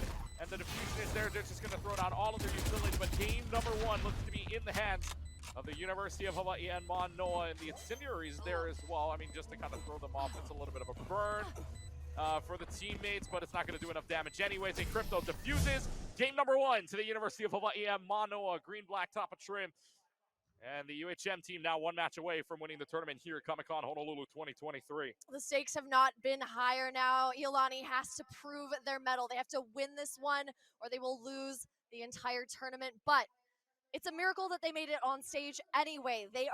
We're honestly so grateful to be able to see this dynamic team come up here. I mean, they're high school kids and they're going against one of the best Valorant, like college Valorant teams in North America. So, I mean, to me, this is thrilling, I think. I would be so happy to be on stage there, but I still think, I mean, they put up a good fight. Yeah, they put up a good fight. Overall, 5 rounds off the University of Hawaii and Manoa. We'll get to see if they can pull off a little bit more as well. Remember, folks, best 2 out of 3. Don't go anywhere. We'll take a short break. When we come back, game number 2, we're headed to Ascent coming up next.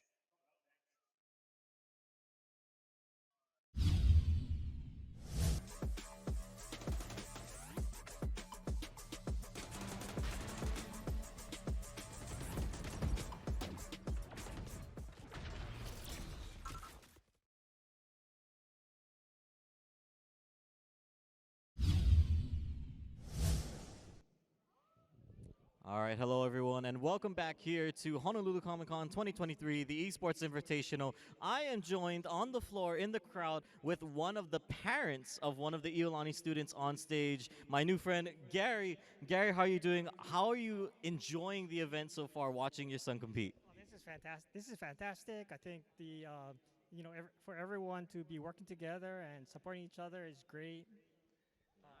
No, absolutely. I mean, it looks like they're having a great time, even though tough opponent. They're up against some real hard opponents out there. But what is your take overall? What does it feel as a parent watching your son, watching them compete, and especially compete against opponents of the caliber we're seeing from UH? How does it kind of feel?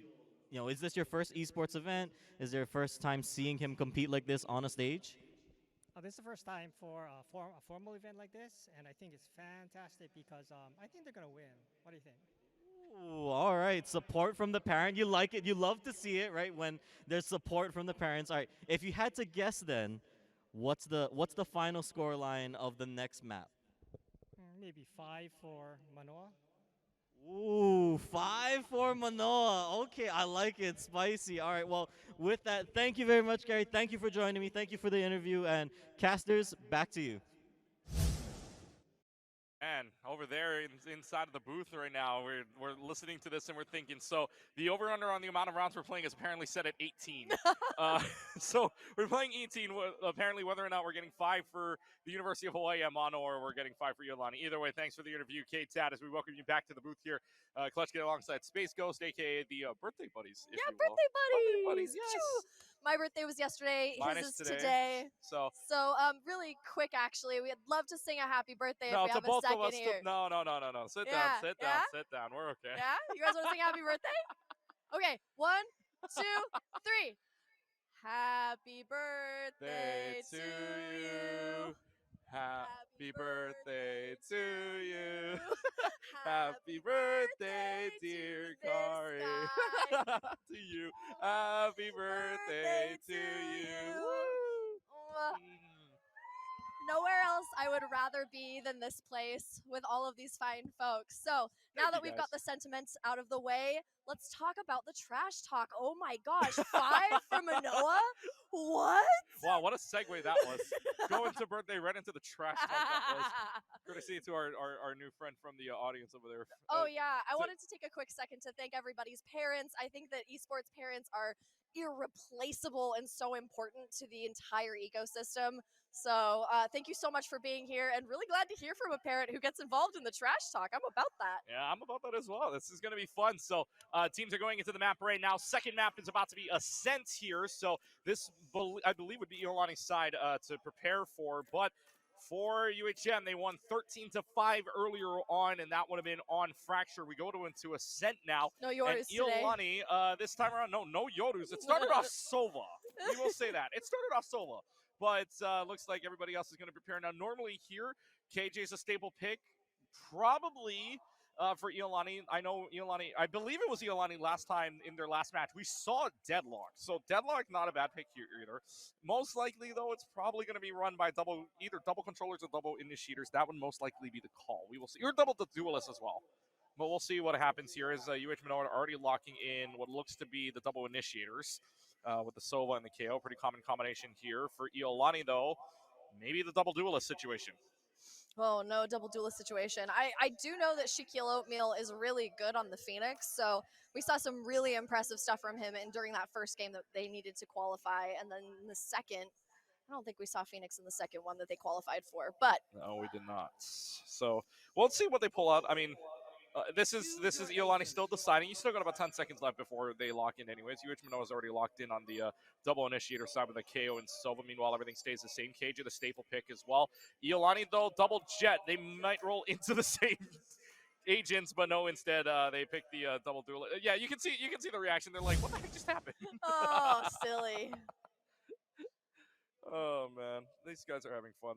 The trash talking all, but they're still having fun. And that's what you like to see out of this kind of game. Yeah, all smiles everywhere. You very rarely see competition with such a solid spirit and vibe to it. I mean, I'm just so happy to be here because we haven't really had any sort of toxicity here. Everybody has just been having a good time. Even the losing teams are all smiles. So this is going to be a good one. I feel like this is different from a lot of the lands that you attend. I feel Very like there's much. a lot more smack talk than what is happening here today. Yeah, absolutely. All of the lands that I attend are like old rivalries. Like we're talking like Maryville University and like it's and also teams sometimes cheat. So, you know, like it happens. And Cheat in what way? Like let me ask you what the cheat means in this situation because I don't know if that's allowed in most situations. yeah, we've had some LCS pros stand in for I players in see. some of That's these. where we're going with this. Yeah, but in this case, that would be impossible because they're actually getting stage experience, which I think is invaluable to the Valorant experience. Yeah, oh yeah. I think any stage experience at all is super good for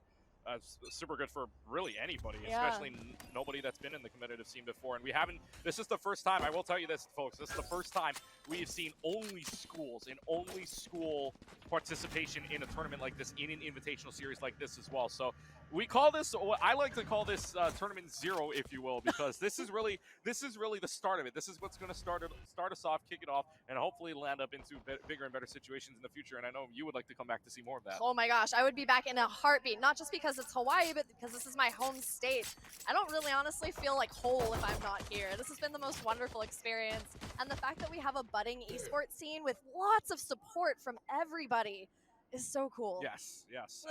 And you know what? I feel like already when that big tournament comes by, you know, about 8 months from now, by the way. Kawaii's coming around the corner as well. Pick your teams if that's still a thing anyways. Yeah. Ascent's first map here in Pistol Round, you Unfractured, remember? You would see this round basically be pretty much Spike planted right about now and about to explode. In this case, nothing doing. Great paranoia from Gold QT. Hits 3 there, but Shaquille O'Neal playing a little bit more in. Corey's able to find that as well, and Immortal in the back line. They know where one is. They split them up. They play in the pairs. Like we were talking about earlier, play in pairs. That's what makes the dream work unless you line up. Immortal finds 2. It's going to be the plant down, and just a KJ versus the world 1v4 situation here for Ghost. As they go ahead and plant down the spike on B. What is this KJ going to do with the pistol on? So you might as well just go in here. They know one's in the smoke already. Ghost is able to find one on the exit, but Shaquille Oatmeal cleans up house. Iolani getting the first point. All right, nice to see Iolani back on the same stuff that they are usually on. This seems to be more of the form that we are used to seeing them in. We also know that they are very good on this map in particular. So I think it stands to reason. Let's wait until they swap sides, but I'm feeling pretty good about Iolani's chances. I feel pretty good about that right now, and especially on a good start like that. You're liking the way that they played together. You like the way that they kind of enter in as well. Even if they're on the attack starting side, you like the strategy to start them off. So, hey, works out for them in round number 1. Round number 2, though, a little bit of a different story here. As you know, then UH has to play the Econ game if they want to play for another thing. Through the wall? Excuse you? Wowie, wow, wow, excuse me. Okay, gets one through the wall. Weren't able to respond in turn with a second headshot. Dark! Playing Terrence, but Dark says, I'll take you both down. Ghost throws through the firewalls, able to find at least one, and Mochi's just juggling around. Mochi drop, and drops down, notices one. Do you have to fight here? Do you have to fight when you have the angle? No. There from Corey. He's able to run away for right now. Marshall, oh my god, Mikey falling also low down to about 18th health from the looks of it. 3v3 though, the health bars in favor of Iolani. As right now, just they're playing slow and steady here, winning the race. But where are they going? And I think the answer, they're going to be. Like 2 ships passing in the night. Nice little headshot there. So looking pretty good, honestly, for Iolani. All right, we got one more left, a lone jet. If ever there was a person to be able to... If there was ever a person, Mikey could make the montage here, but it's a 1v3. I don't know if you're saving that Marshall. I mean, you could, but there's no point for a bonus round especially. So, yep, just going to let them know where they are right away. Spike's pretty much going to be too far off anyways, unless Mikey decides to play this very quickly. But with only 12 health, you would guess otherwise. As Spike pretty much, unless you can defuse now, which is not going to happen. The Recon Bolt is there, and Dark's able to clean up. Dark getting 4, by the way, in that round. Huge round. As Iolani only losing 2 in that econ round. Good point for them, 2-0. Dark looking beautiful. Did not come here to mess around. Absolutely made a statement. That one is one for the highlight reel, though. Absolutely gorgeous. Oh man, that was tense. Actually, I expected maybe a 1v1 there, but I'm really glad Iolani turned it around. Glad Iolani turning it around here in the very first one, but like we said, maybe attack side. Maybe it is, but it's still early on, still 2-0. I mean, this is where the econ gets a little bit more built up, especially for the University of Hawaii Manoa side. If they bought, it's not going to be great for you, and now they have the Dark cover to make sure that maybe they're staved away from right now. Not as fast as Manoa usually plays this. Iolani playing a little bit of a slower pace, but that might be working out in their favor overall. They catch them off guard, catching UH maybe a little bit too aggressive as the KJ does go down. That's a lot of good utility on the Sentinel down very early on. As he gets hit while through the smoke. Mind you, gets jump away too. Nothing doing there either. As 1 minute left to go, Mikey's able to find a kill onto Immortal, and look at the Iolani health bars falling oh so low. 2 in the red. Oof. This is not a great situation if you're totaling up health right now. Yeah, just a one shot there. Well, don't hop. Don't reveal where you are if you're looking right at you. Rule of thumb: if the team is looking at you, yeah, you might want to run from this position because I think you want to be there much longer. There's 30 seconds left to go. Now it's going to have to be the go. Also, the go button here for Iolani. They do get one out. Cold QT is able to find one. Shock dart hits. Not enough damage. Mikey and Crypto finding kills on the back line. Shaquille O'Neal finds at least one to clean up. Not going to matter. UH finds the board. It's 2-1. I think this is the exact same way that the last one went. Didn't Iolani take the first? No, they didn't take the first round. All right, Manoa, let's see how you can do here. It seems like they need a couple rounds to warm up, and then they just take the game for all it's worth. But I'm actually really impressed with Iolani's strats here. They are keeping it calm. It's less of a rush and more of a gentleman's game now. Yeah, it's more of a we respect your decisions, we respect your game. Let's take it here to the next level. Actually, though, we'll go back to that. You were right. Iolani in the second half of that first game, winning the first 2 rounds, but then to close out the game, Manoa would win the next 4. So well on the way to maybe a deja vu situation. And Mikey already getting a kill on Immortal would mean that history may be repeating itself. But Ghost gets a kill onto Dark. That jet gone. Dark wanted to go through that smoke and play, but Ghost saying no, not today, my friend. Oh! They're trying to get a few more kills through the boathouse here. Shock dart maybe trying to land. It does land, actually. A little bit of a hit. Shaquille O'Neal turns to the left, says hello in markets. Fragment kill onto Mochi, though, so last being a 3v2. UH Manoa with the kill. Shaquille O'Neal finds at least the 3rd kill. The spike does go down for Iolani, but UH is able to tie up this game at 2 apiece. Still very competitive. Good way to take somebody down with you as well. I'm pretty happy about this one, but Manoa did take off the last time that they were able to get just one little taste of blood. So let's see how this one goes. They probably get the ult there to the KO, not an ult point to the KO for right now, but we've got a 2-2 situation for right now in the KO, I believe, for UH. Yes, 7 of 8 away, so that defuse does help them out in that situation. So Encrypto now either needing orb or just one more kill, or even a death to get that up, and that would be very quick for the KO as well. But 2 ultimates already up for the University of Hawaii Manoa. That's the Blade Storm plus the lockdown. And for Iolani, looking at 3 right now with the running back, the Blade Storm, and the Neural Theft. So for ultimate-wise, Iolani in a pretty good position right now to make some noise. And the Blade Storm pulled out right away, seeing if this makes any difference for the University of Hawaii Manoa. Good flash out for right now. Oh, Mike gets the dash back already, and that dash now gone. Oh. And so the Blade Storm getting nothing as of the moment, but they do know that one is there at least. Same shot, the headshot, I should say. Immortal there to stave that away. Crypto trades that, and Crypto gets a second through the wall. Hello around the corner. The recon bolt stays there for right now, knowing that they know where they are right away. Crypto looking for the shot. It's just a peekaboo game. Who wins it? Crypto does. That was actually so clean. And actually, like, Encrypto! What? Encrypto finds a 4th clean. Needs one more for the ace. Where's Mochi? Or does UH want? Or does the other 2 of UH want to be a little toxic here and steal the ace away? Because Encrypto one off of it, but Frog and what would be Frog and Cold QT will deny him. There is the plan down. Going to go on B yet again. They really like B. That's their 5 out of 5 rounds that this team has gone B for Iolani. So they pretty much have their strategy lined up here. Frog pulling out the knife here.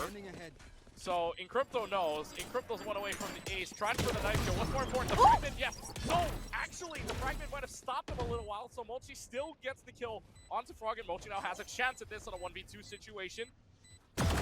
Defusing, Crypto's able to find the last kill, and Encrypto aces to give UHM the 3-2 lead. Congratulations, Crypto, on your ace. That was very good. But man, Iolani is putting up a fight. They are not ready to go down without that. They cannot lose this one, or that is the end of the tournament for them. I just realized Crypto is I just realized during that, Crypto, you are toxic, my friend. threw the fragment at Colt's QT by the way to try to stop him from taking the knife kill to deny the ace. But Crypto in the end does get the ace, so all is well in the world of aces. I'll allow it. Yeah, we'll allow it. You won the last round. Give him some slack. Yeah, exactly. What a flash here, and Mikey.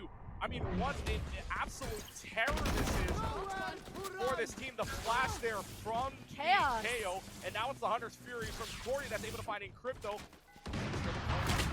Advantage here for the University of Hawaii Manoa. It is just getting absolutely crazy, but Mikey with the op says hello to Immortal. Gets 1 for right now. I love a good snipe. This is actually really fun to watch too. Oh, let's go. All right, so Coach QT decides to kind of shuffle on over and make some movement, but nonetheless, Iolani's able to find that kill. Owl's on the top right now, running back. Frog has to run away unless they can find a kill there. No, they can't. They do know they have a recon bolt right now. Shock bolt as well. As the spike is planted. First time it's been planted on A this game. Iolani hoping that they can get a win out of this one. The running back ends. Goes to be able to kill it. Corey gets a 3rd. Shaquille O'Neal. Oh no. Oh no. That was So from one team getting the ace to another team almost at the ace, Corey takes that away. Corey takes away Shaquille O'Neal's ace, but Iolani still on the bigger scoreline hits it up 3-3. toxic, very toxic. But honestly, if it's not your own teammates giving you flack, then what are you even worth? Oh boy. We've had 9 kills total from 2 people in the last 2 rounds. I mean, this is unbelievable. So, sheesh.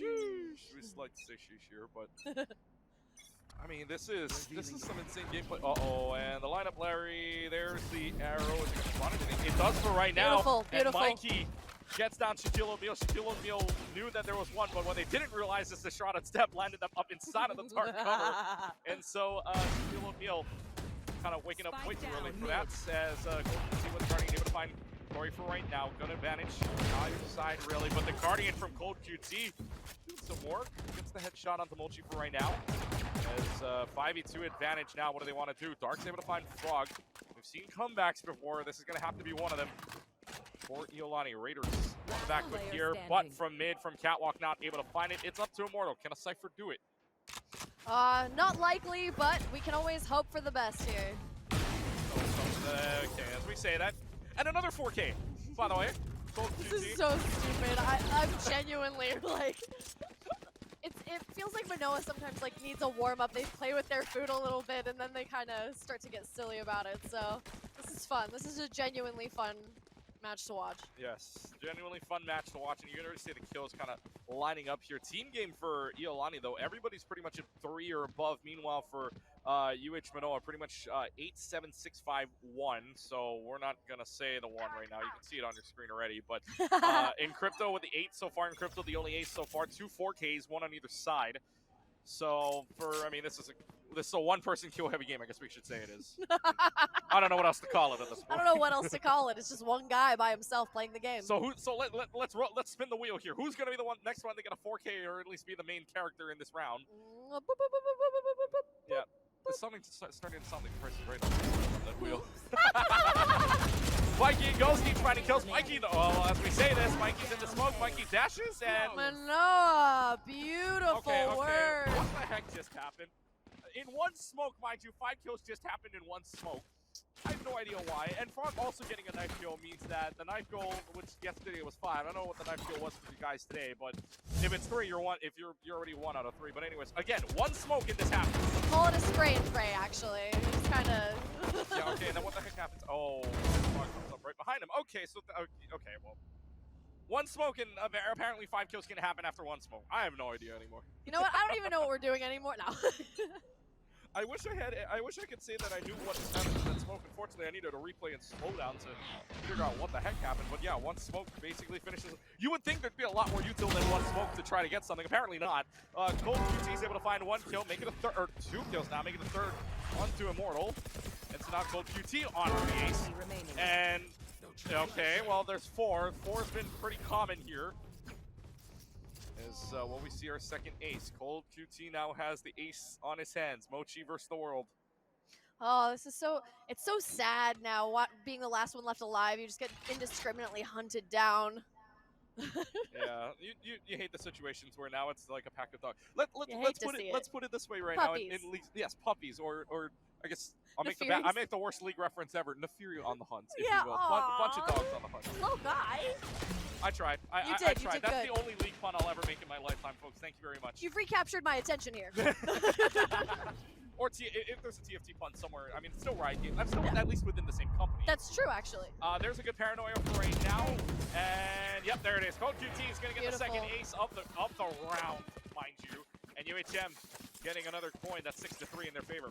Wowie, wow. UHM just needed a couple of minutes to warm up, and now they are running around, running circles. Iolani, still plenty of time to make up the difference here, and it's really not that wide. But UHM, really intimidating team here, very cooperative. I mean,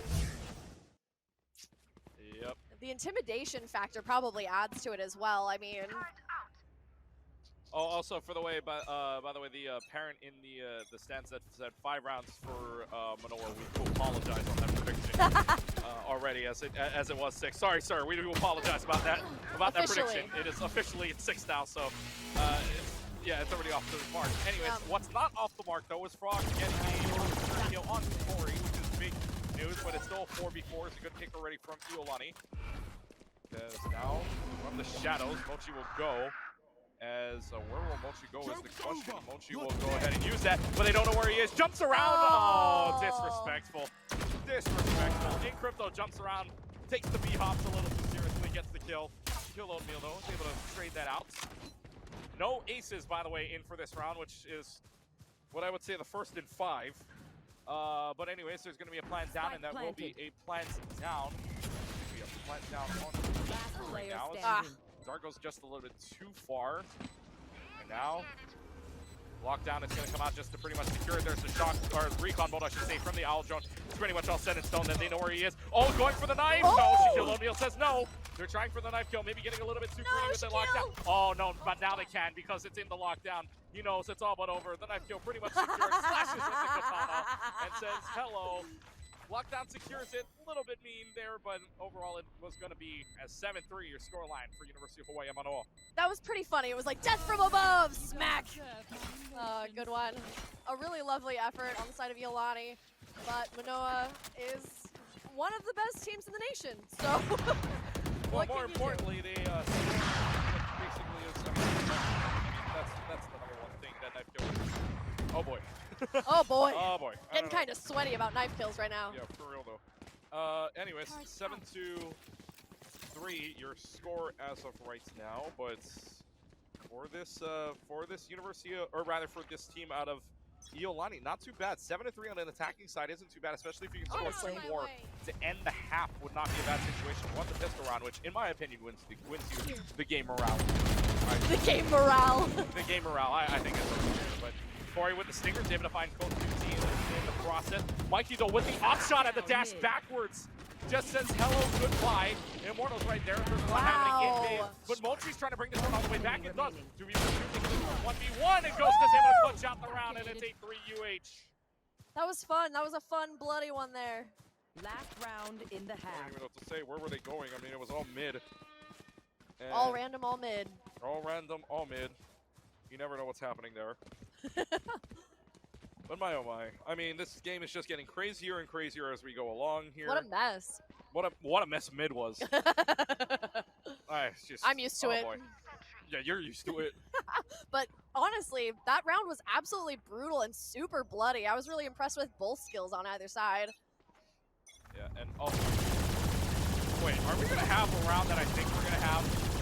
There are 9 Odins on this floor. There are 9 light machine guns on this floor. My God. There are 9 LNGs. I'm gonna ask her if our observer can hear us. Can I see this real quick? Yes. It's a firing squad. Oh my gosh, this is actually so good. Yeah, can we hit the tab? I just want to see the tab button to make sure my confirmations are correct. Oh, funny. Yes. Okay. 7 Odins basically right now. So 6 Odins currently that are Coach has got a good perch too. Yeah. So this is gonna be an interesting push. Freaking hilarious. You wouldn't see this in high tier competitive play. You will see this here at the Comic Con Invitational, but you probably won't see it. And you've been to many high tier lands. You wouldn't see a firing squad of Odins. Yeah, kind of seems like they're just being irritating at this point, you know? Like, we're just gonna go for the irritation strategy. Well, they're down 5. I mean, may as well. Try something, right? Yeah, try something else in this nature. Innovate anything. Well, Encryptor's gonna match the Odins in this case if it's able to find Dark, so I guess match him up, but Coach QT is just going to say no to the Odin, says hello to the Vandals, and Coach QT there. He'll get the final one with the Odin as well on the Crypto, and it's going to be Mikey on the op, so a plethora of guns that are over 3,200 credits, and it is the op that cleans up house at the end, and at the end of the half, it's going to be the University of Hawaii up 9-3. Not like this. Not like this, Iolani. No, not like this. Another 9-3, mind you, ladies and gentlemen. It stayed at 9-3 last time. But this time, Iolani on the defending side, and it very well might be a defending side in half. Who knows? Yeah, there's the replay. There's the firing squad. Oh, boy. Take a look at this replay. Just the Vandal, just the peekaboo game, and yep, of all the guns to end that off on, you had so many Odins on the floor. Guess what ends up being the last 2 kills? The op. Yep. Like, Yep. what? It's like when I buy my cat a really expensive toy and then they just sit in a box. It's all creative, like you're buying all of these toys and then all of a sudden, box. Like what? I bought all of these toys for nothing. I bought them for you. For you, and nothing. It's just, I wasted my money. Yeah, it's true. I bought them one of those flopping fish. They just love the box. They love twist ties too. But the box. But the box. The box. The box is what they will always return to. 1 kill already for the University of Hawaii. As 1 down for Iolani means less of a man advantage now, especially on the defensive side. Not good, but you still have your Sentinel. At least as a consolation, you have your Sentinel. But it looks like B is going to be clear, and B is exactly where they are going to go with their plants. So let's see. B's been very popular. I mean, there's only been so far, and there's a kill from Ghost. Shaquille O'Neal, though, able to trade that out. We'll talk about sites here in just a second, but they trade that out for right now. 4v3, still man advantage here for the University of Hawaii. However, no more Sentinel, no more Yuto for that at the very least. There's Mikey getting the kill onto Shaquille O'Neal. Now, where is this team? They play in pairs. Let's find out where they are. Cold 2G. Oh, no. Oh, had the knife lineup, but Corey's right there to block his team back. Once he's able to get the headshot down, and now Frog jumping around. Corey's able to find Frog. Defuse might not happen here, but Mikey trying to run away for right now. Has to spike inside of the smoke. Trying to get the knife kill. It probably won't happen anyways. And knife versus knife. Who's going to win? No, won't house. Both will die in the spike anyways. What the heck just happened? I literally have no idea what happened. Yeah, They knew that the spike was going to explode. What they wanted to do during that time was, we didn't know up until that point, where they just said, okay, we're going down together. Yeah, what? You don't have knife fights with your friends? Super casual. Just two guys trying to have a knife axe fight. Yeah, normally when I do that when I do that with random people all over, usually I just get shot at the face. Usually that happens. I'm not saying it hasn't happened before. I've had it only happen once, but 99% of the time you will get shot from it. Hence the reason I am still iron. But and I missed because I probably still would get knifed. But anyways, 10-3 your score here for the University of Hawaii in the lead. Nice. Yeah, 3 more points to close out the series to get some trophies out. Trophy presentation happening immediately following this game if the University of Hawaii does win.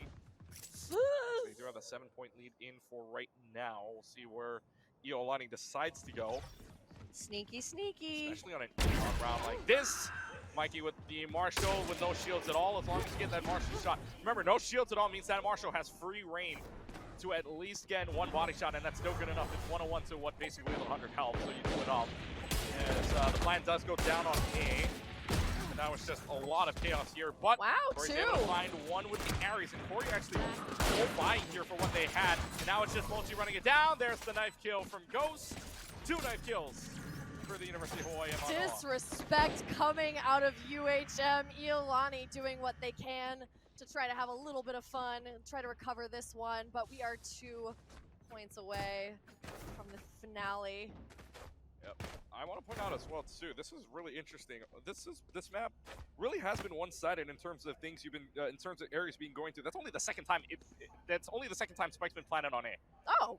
Like B has been very popular. Why go A all of a sudden? Well, okay, now for UH, now the question is why go this gun all of a sudden? Maybe they're just trying to They're confident. Yeah, there you go. There you go. But Immortal back with the Aries, knowing that they need to try to win a few rounds here with the Aries, but in Crypto on the Judge. Dropping down the gavel. Hits one with the Judge for right now, as there will be a plan, and this is how the UH likes to play it. Fast and furious. See with the shotgun as well, with the Judge. Everybody's got a gavel. 5 members of this team trying to be the Supreme Court in this game. Mochi finds 2. Is it going to be more, though? Bladestorm pulled out from Mikey. Shot it back away, dashes away. Mochi's found 3. It's a 1v1, and it's not going to be enough. Oh, and Crypto around the corner finds the 3rd knife kill of the game. Actually, incredible. I like that little sneaky stuff there, a little assassinate. Yes, UH, I saw the number. I know it's 3. I've been counting. We've been saying this. I got you guys. Yes, it is the 3rd knife kill. You got it. We're absolutely killing it here. We're starting to see UHM do a little vamping, do a little, you know, some little tricks here now. They're pretty confident in their ability to overcome this one. 1 more round, and then they will secure their victory. For UH now, 9 opportunities at match point, so a lot's here to climb. The mountain, tall. It's too many things. Tall. Yeah, too many things. There's a lot going on here. It is a... Wait, is this a knife-only fight? Oh, I think it is. It's a knife-only fight. It's a knife-only fight. Monkey knife fight. Who's going to win? Shaquille O'Neal gets the knives, too. Monkey knife fight. Wow, you're never going to see this again. Monkey knife fight. I can't even call this one. It's like all over the place. One oh, enemy remaining. and Iolani gets the win. Nice, Iolani. Let's go. Only knife rounds from henceforth. That's a speed that I'm comfortable with. Oh, my goodness. Oh my god! That was super fun. I don't even know why I played that. You could literally just said Mikey knife fight, and it would have been the same thing the entire exact way. same You thing. could have just chanted that, and we would have been okay. I think that's exactly what I did. Yes. All right, no more knife rounds. I just have my notes, and it just says knife win. I don't know how else to describe this. I mean, they didn't go anywhere else. So they just went mid and just said, okay, knives out. Knives okay. out. Excellent, excellent film. Are they doing this? They're doing this again. Oh my gosh, they're handshaking on it again. Are they doing this again? Please tell me this. Honestly, the people want entertainment. We said we wanted to be entertained, and they're giving that to us. This is insane. Oh, you guys. Oh, we're dancing now. We're dancing. Dancing. All right, here we go. Ladies and gentlemen, knife fight round 2. Util being thrown all over the place. Paranoia blinds 5. That's the only time you'll see a Paranoia blind 5. Mikey's able to find the first. Do we have DRM for Cotton Eye Joe? Oh, no, it's a swarm. They're swarming them all over the place. Oh, no. It's everybody to one. It's target focusing. This is the League of Legends team fight right here. Oh, my gosh, League of Legends. Let's go. Run away.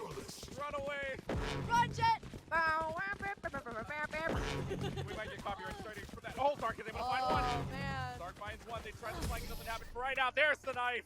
And there's game over. Series over. Championship over on a knife fight win. Gorgeous, silly win It from is. UHM and Iolani. The University of Hawaii getting the championship here at Comic Con 2023 Honolulu. But, I mean, I'll write it down again. Knife win. Knife win. I have no way else up to describe that, but I'll tell you what, you could have. I mean, you could have played by play that easily because it looked like a League of Legends fight. Let's be honest. Literally, they were just like frontlining everything. That was actually so adorable, though. I really want to play hide and seek now, honestly. Yeah, that was. I don't think it was even hide and seek. This was more like run it like ARAM style, run it down mid and find kills. I mean, I don't know what else to tell you. That was good fun. Thank you so much for entertaining us, Iolani and Manoa. This has been an amazing series. Yeah, an amazing series overall, amazing productions overall as well. And we'll start to wrap things up here at the very least, and we'll get scores here.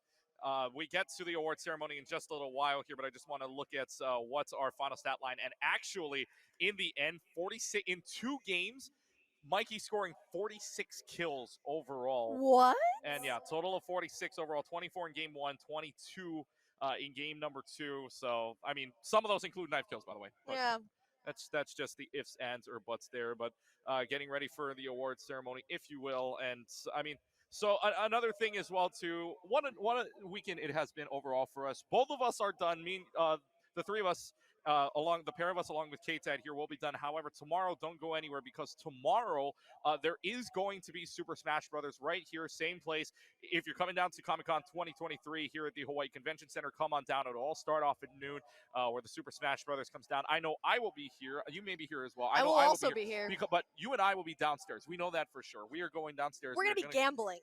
We're gonna be okay. We're Let's gonna not be say gambling on it that Pokemon way cards. because it's not technically legal. In Hawaii. But yes, we are going down. We're probably going to buy some Pokemon cards in the meanwhile. So more likely. I am at the very least, and yeah, I'm not going to say anything about where I'm opening them. But anyways, a lot to have on, but a lot of Super Smash Brothers action. So don't forget tomorrow at 12 o'clock. Be right here, 4th floor of the Kalakaua Ballrooms at the Hawaii Convention Center. Sounds like we are ready to go for the awards ceremony. So K-Tad is on the floor right now to give out the awards.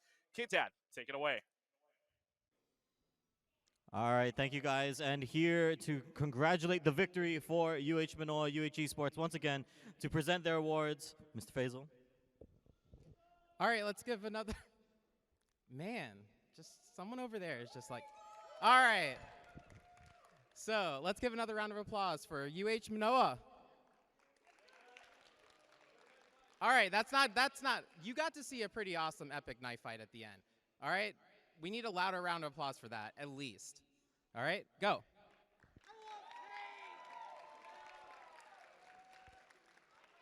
So congratulations, thank you so much for coming. There's 2 other people that have made this possible, Angel and KC. They are both awesome. They're the ones who made this entire room possible and did a lot of work behind the scenes on the Comic Con Honolulu side, as well as Kyler, everyone else, Space Ghost, who has been casting and been awesome. I don't remember your gamer name. What's your gamer name? Puppies? Hutchkeys. Fudgekey? Plutchkey. I give up. All right. Let's give a round of applause for them. And thank you again so much for coming and playing and showing us that Hawaii has fucking awesome gamers.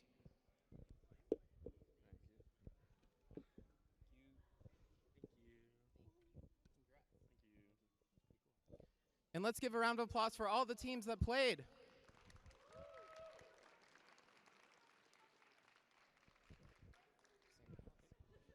All right, thank you very much, Faisal, for the awards. All right, you guys aren't getting off that easy. Mike, come here. You dodged me earlier in the pregame, so you got to be here for the post. All right, so how did it feel to absolutely crush the hopes and dreams of students that look up to you guys? You know what I mean? They see you as your peers. How did it feel to just, you know, keep doing that to them? It's fun. No. I think they showed a lot of, especially in the start of the second game, they showed a lot of promise, and I'm kind of excited to see where they go from here. Nice. Now, thinking about it here, right? So I learned that a lot of these guys are actually pretty young. So, you know, as this team gets older, do you think there's any potential, any hope for them to maybe kind of come up to your guys' level as the years go on? Yeah, for sure. If they just keep grinding, just kind of grind it out, and I'm sure they'll get there. Gotcha. All right, and then this comes as a personal request from production. So we heard you have a date after this tournament. Are you gonna be telling her what the scoreline was and what you did today, or is that where are we doing here? It got rescheduled to next Friday, but Oh, it got rescheduled. All right. Well, at least you got the dub. Congratulations, Mike. Thanks for being here with me. Appreciate it. And all right, that will end our PC gaming side of the event here for Comic Con Honolulu 2023 this year. Don't worry. Like Keegan said, we will be back tomorrow with a bunch of Super Smash Brothers crew battles and a bunch of other fun stuff. Don't go anywhere. You want to tune back in here tomorrow for all of that action. But as for today, from myself, from our beautiful commentators, and from the rest of the production team, thank you very much. Have a good night. We'll see you tomorrow.